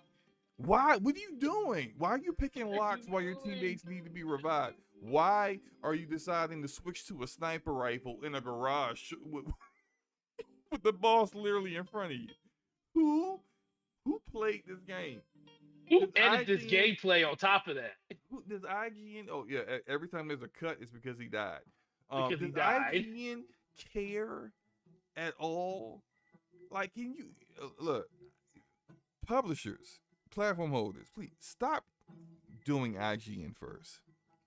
it never works out. The last IGN first I can recall was Forspoken, which the game didn't review that well anyway, right? But I remember that 7-minute footage of Forspoken on IGN first, and at the end of it was Frey fighting a mob, and the guy clearly playing it clearly had no clue what the heck to do. He was literally running around in a circle, oh, running away from the enemies and then stopping to choose a spell and then do a spell and then keep running. It was like, you don't know what you're doing. You don't know how to play this game. Clearly. And especially if you play Forspoken, you know that's not what you play Forspoken. It's just stop giving your games to IGN. Just stop. But regardless of that, if your game there's so much about this game that's not going to be ready at launch. Offline mode. Apparently they're not going to give everybody story co-op progression, which I think is a major mistake that developers keep making when they come out with these games that are designed around co-op, but you don't want to give progression to anybody but the host. I think that's a terrible idea. All it does is promote people choosing to play solo on their own instead of playing with friends, which is what you want them to do. You've got clearly an issue in optimizing the game and getting it ready at launch because you can't get the performance mode there. And there are people online on Twitter who have gone through web archive and found where the game was promoted to have 60 frames per second on Xbox months ago, but now they've removed 60 FPS off of like one of the tags that was there for what the game like features that the game would have, and it's like, yo, you're not ready. And I swear this guy was panicking when he was playing. Oh, clearly. He's just throwing stuff. Yeah. The boss is right there. I'm just gonna run right past him.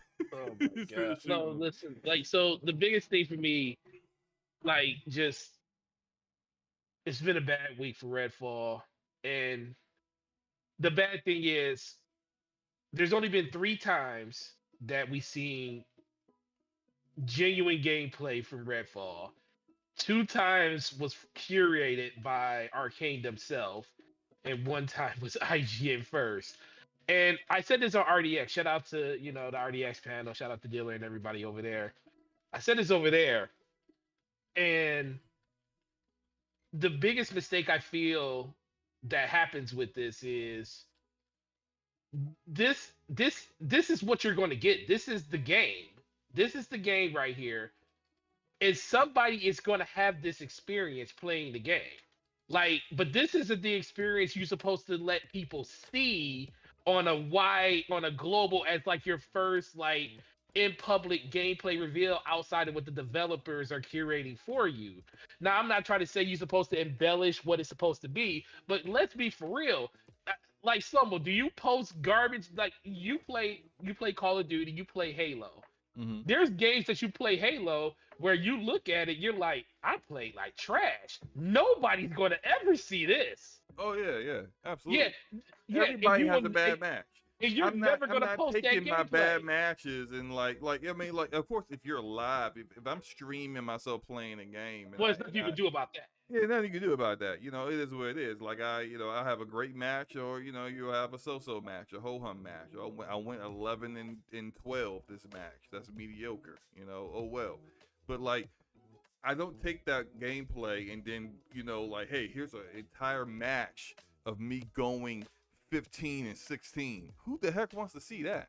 Who wants to see that? Because it makes the game look worse. Because listen, it makes the game look worse than it actually is. Because if you watch people play at a high level, like, it looks really good. Like, shout out, Cody Eastwood did that, his trailer where he broke down and did all the different stuff that he got from Arcane when it came to the footage they gave them. And the way he cut it together, it looked good. It looked really good. Now, I'm not saying that's something that, everybody needs to do. But I'm just saying that when I seen this gameplay, I'm like, dude, I would have if I was the editor of this video, I would have went to them and said, listen, y'all need to redo this. This is terrible. This is bad. Y'all make the because all you're doing is making the game look worse than it possibly is. And that's all people are going to think about. And look what happens 2 days later. 2 days after all that stuff, well, 2 or 3 days later after that, now we get from the developers that it's going to be 30 frames per second, and you got to wait for a patch to get the performance mode. So now you tie those two things together, and now it's like this snowball rolling down a hill, and everybody's like, "Well, see, Microsoft in this and Microsoft in that." It is like it's not. It's just super it doesn't need to be this way, and it all starts because this is terrible. And you know what? Why are you giving your game to IGN first in the first place? Yeah, does Nintendo give Zelda to IGN first? Heck no. They did their own trailer. They do their own showcase. Did Sony and Square Enix give Final Fantasy 16 to IGN first? No, they did their own showcase. You should have did your own showcase for Redfall, and then you would have had people who know how to play the game actually playing the game and not having the game look ridiculous. Crazy, question, real quick. Shout out to Melodic Punk. Haven't seen him in a while. Hope you're having a good one, Melodic. He said with the $5 super chat, appreciate you, sir. Says adding that Zelda Switch OLED to my Zelda collection. I'm hyped for Tears of the Kingdom. All right. I'm getting one too, baby. I got one too. Let's go. Now, Forza, let me ask you a question. Yeah, what's up, bro? Because apparently some people in the chat are having a hard time comprehending. Okay. Mm-hmm.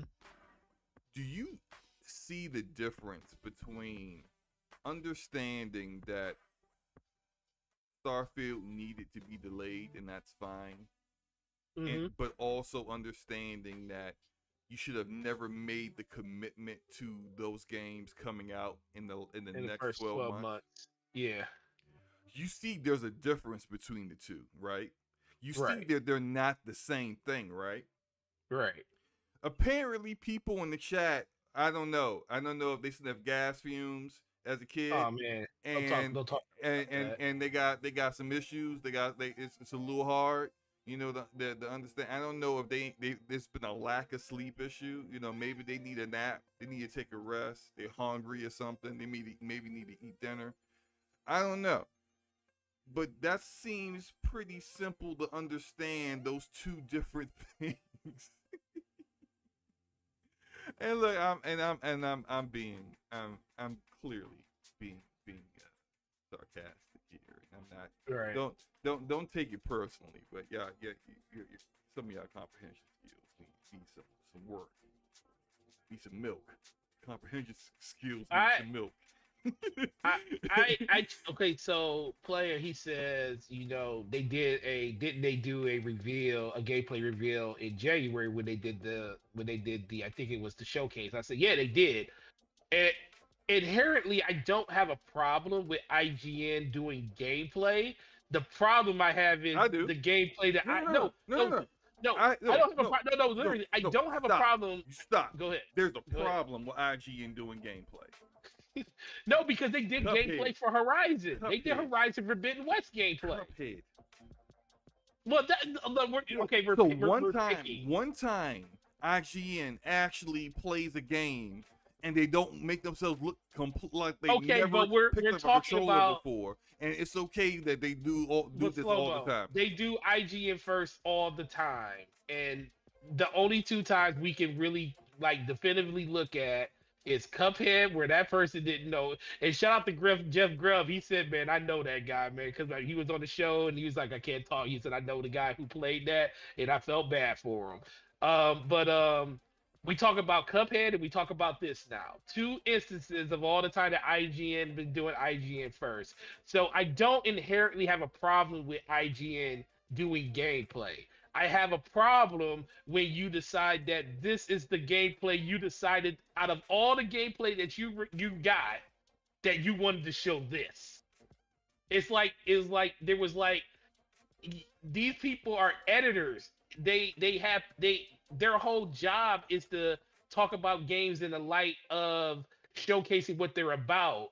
And you thought that this was good enough to actually make not only the game look appealing, because let's be fair, IGN first is all about showcasing and trying to show the best light in the game. They don't do IGN firsts to say, "Oh, this game sucks." They wait for the review to do that. They don't do it in like IGN first. But it looks like they just said, "Oh, we're just gonna take whatever gameplay we got." And we're just gonna spew it across a timeline and say, "This is what we got, and this is how it plays." And I just don't agree with that. So I don't think that holding like all of IG, it was terrible that they did this, but I also don't think that it's completely crazy to see IGN do gameplay, because they did gameplay good before, and everybody, and I've been listening, like Mav and them said, and a lot of other people said it in their videos and in their podcasts. It just seems like they chose to do this to Xbox, because Xbox is who this happened to. And guess what? Cuphead was a game that was exclusive to who? Xbox. They had a it seems like this only happens to Xbox, and it's just terrible. I don't know why, but that's what I have a problem with, Slow Mo.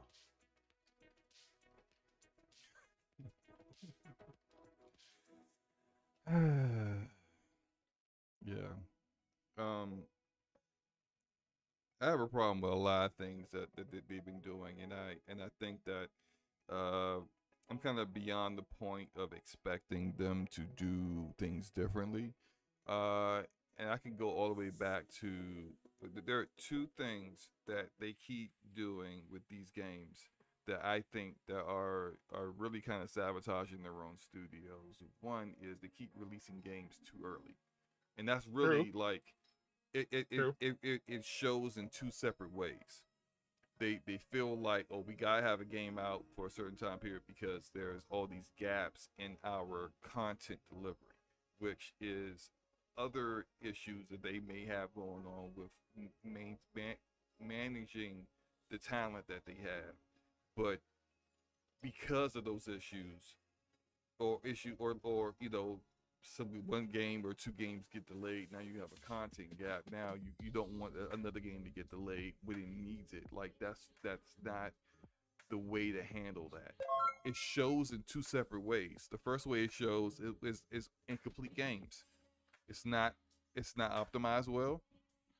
Game comes out and it's got tons of performance issues. We've seen this all the way back since 2018 with State of Decay. In 2018, they dropped two games.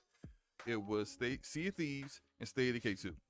Both of these Hmm. games were not ready for two separate reasons. One, it was not ready. Sea of Thieves was not ready because it didn't have content. It was a polished game with no content.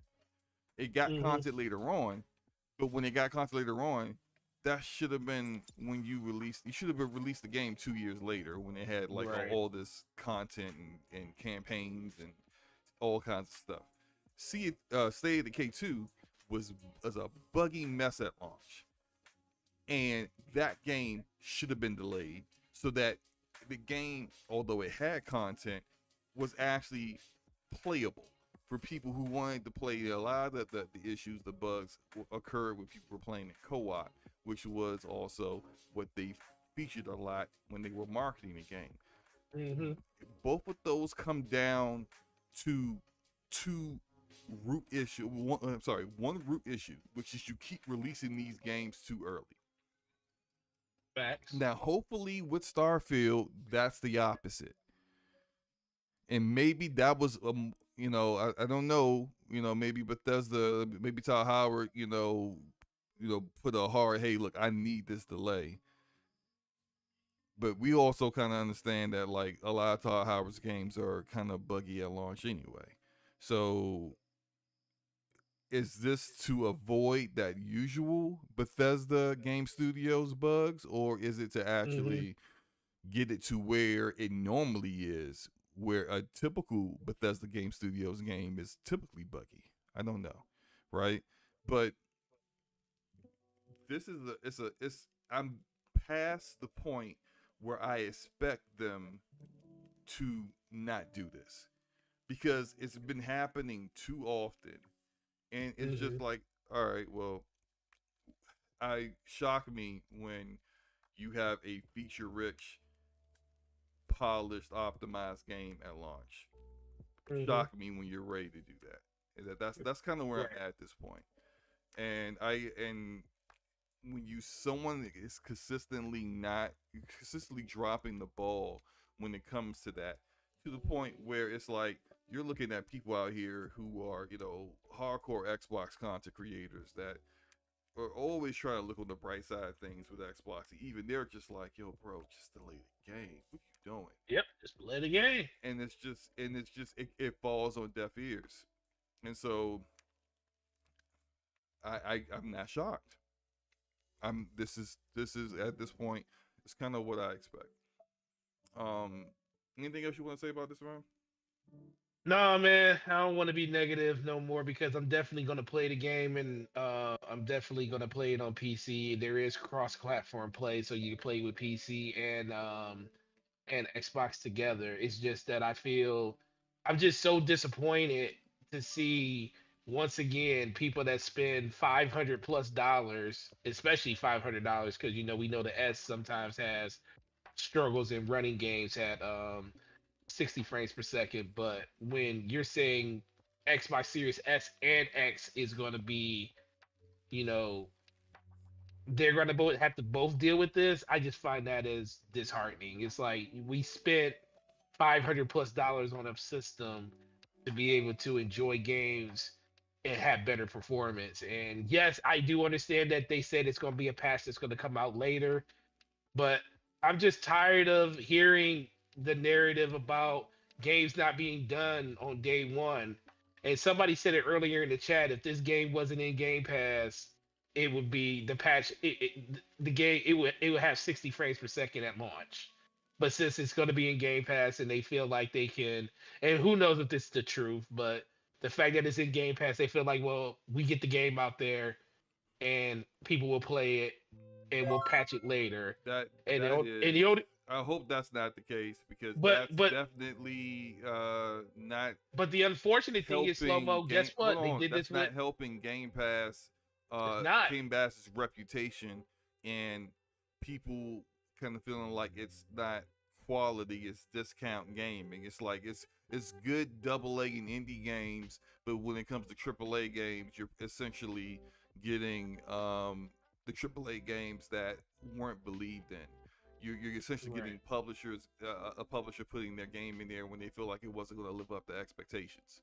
Right. And so that's the perception of Game Pass. You're not helping that own perception with your own games if you're willingly dropping unfinished games in there and thinking, oh, well, it's in Game Pass and we'll get a bunch of people trying it and maybe they'll stick with it long enough for us to polish it up post launch. I'm like, you're not helping your own reputation of your own service if you do things like that. Facts. And that's the problem I have with it. Shout out to Enrique with a $2 super chat. It says the best place to experience Xbox is on PC, and I have to agree. I we don't have to worry about whether we get About to be the best place to experience all games, even PlayStation games. Oh, well, I agree. Well, you know what? Right now, no, they sabotage the PC games right now on PlayStation. So sabotage is in the works. They said we can't let you have better performance than our console. Right. Guess what? PlayStation out here talking about we gonna get inferior, broken versions of games, and they giving it to us on PC. How the nerve of them? Yeah. The nerve of PlayStation. The nerve of them. The nerve of Sony to remove Cyberpunk 2077 off of the PSN store because it was a broken game and it was a broken product that they were selling. And then they out here selling The Last of Us Part 2 on PC, a broken product that didn't live up to expectations. Oh man, that's some high class hypocrisy there. If the truth hurts, if the truth hurts, wear it. Jesus Christ. Oh man, let me get this footage off the screen because it's killing my eyes. I was wondering if you kept on going with it. Yeah, so anyway, look, man, Great show. That's all of our Absolutely. topics. I appreciate everybody for coming through. Shout out to the 60 people that are here. Hit that like button. Only half of you have hit the like button. If you hear, you liking what you hear, then show us you liking what you hear by hitting the like button, man. So that's all you gotta do. Yeah. We are to repeat this announcement that we had earlier. Next week's podcast won't be on Thursday. It will be on Friday. My father's funeral is on next Thursday, so instead of me trying to rush home and like it's just really not the day to be doing a podcast, frankly, and so Right. Friday, the day after, we're gonna get back into it. We'll get the podcast going, same time, 9 p.m. Eastern Standard Time, just on Friday instead of Thursday. And I think that is all the announcements we have. You got anything else? Anything I'm missing, Forte? No, we just gotta do our channel members and that's it. All right, go ahead. Get your Yeah, I already got mine up. Shout yep. out to excuse me. Shout out to DefFlex27. Shout out to Dragonheart Yobi, Stardust Cicero, Ramon Terrell, Hargy Shani, Brat Basement Radio Arcade Pad Chaos, Enrique, what's up? Corey Hale, Erodimus, the homie Slower Backslap, DJ Oris, and that guy Smitty. Shout out to Smitty, DJ Oris, Slow Mo, Erodimus, Corey Hale, and Brap, and Hargy Shani. And Brap and Ramon Terrell, you guys are only 2 months away from being members of the channel for almost a full entire year. We really appreciate that, guys, and all the love and support. And that does not go unnoticed. So if you want to become a 10%er, just hit the join button on my channel or on Slow Mo's channel. Either one doesn't matter. We really appreciate all the support. All right, and on my side of things, we got DexFlex27, John the Don, Babe, Dragonheart Yobi, Enrique, Hargy Shani, Troop Serum, Erodimus, Ramon Terrell, Homie One Kenobi, Gaming Forte, Corey Hale, Stardust Cicero, and that guy Smitty. We greatly appreciate you guys always supporting us, and we hope you continue to do so in the future, as usual. We gonna get up out of here. Forte, you got anything going on your channel before we do the podcast again? Yeah, so got a couple of things. Got some Xbox stuff in the works. Definitely gonna be talking about about this Redfall. I was at work all day yesterday, so I definitely want to give my points and thoughts on just the gameplay of that and everything over there. So there's gonna be a video going up on that tomorrow. Still talk about the Destiny stuff. So if you're into looter shooters and stuff like that, come through. Gonna be making videos on that. But outside of that, man, just play games. We're gonna be streaming very soon. I'm gonna talk to Slomo. What we're gonna do is probably gonna be after he deals with his family festivities and stuff that he has going on. But we Festivities? oh, did I say festivities? Yeah. Not It's a festivities. celebration. Yeah, it's not a celebration. Well, once he's done dealing with his family over the course of next week, me and him are gonna get together because we still gotta do that Returnal gameplay. I actually bought it, Slow Mo. I'm So whenever shocked. you're Yes, I actually bought it. So whenever you're ready and you're in the mood to do it, let's do it. But Okay. that's it. Sounds good. And when we do that, it'll be on the DPS channel. Forte, can you put a link for the DPS actual YouTube channel in the chat? I am doing it right now.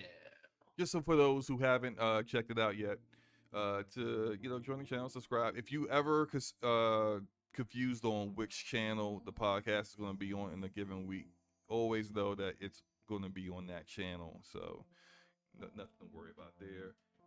You can It's gonna find be. us there. Appreciate you guys. Copy link and paste. There it is. Redfall. Cool. You see you. There it is. Oh, cool. There we go. All right. And as for myself, I'm probably going to do another lunchtime with Slow Mo tomorrow. So look out for that. I did one earlier this week, first time in a really long time. But we definitely going to get back to lunchtime with Slow Mo being more of a regular occurrence. And I might be going live with a Brap rant with Enrique this weekend. Uh-oh. Look out for that probably this Saturday, Double afternoonish. trouble. And I don't know. I think I might want to start, utilizing the Twitch channel more as well. Maybe just like playing my multiplayer games on there, just going live and just shooting the breeze and hanging out and shooting fools in the face as usual. So Right. look out for that if you haven't followed the Twitch channel. Go ahead and do so. But we're gonna get up out of here. It's already it's getting a little late. Although actually we've done later, but regardless, that's the point. Yeah, We're we've been at almost 12 o'clock. right. It's we done with topics. We getting up out of here. I need to get something to eat and relax. So appreciate everybody for coming through. Shout out to you guys. You guys are awesome and lovely people. And I hope you guys enjoy yourselves, enjoy your weekends, and enjoy your games. Peace. Peace.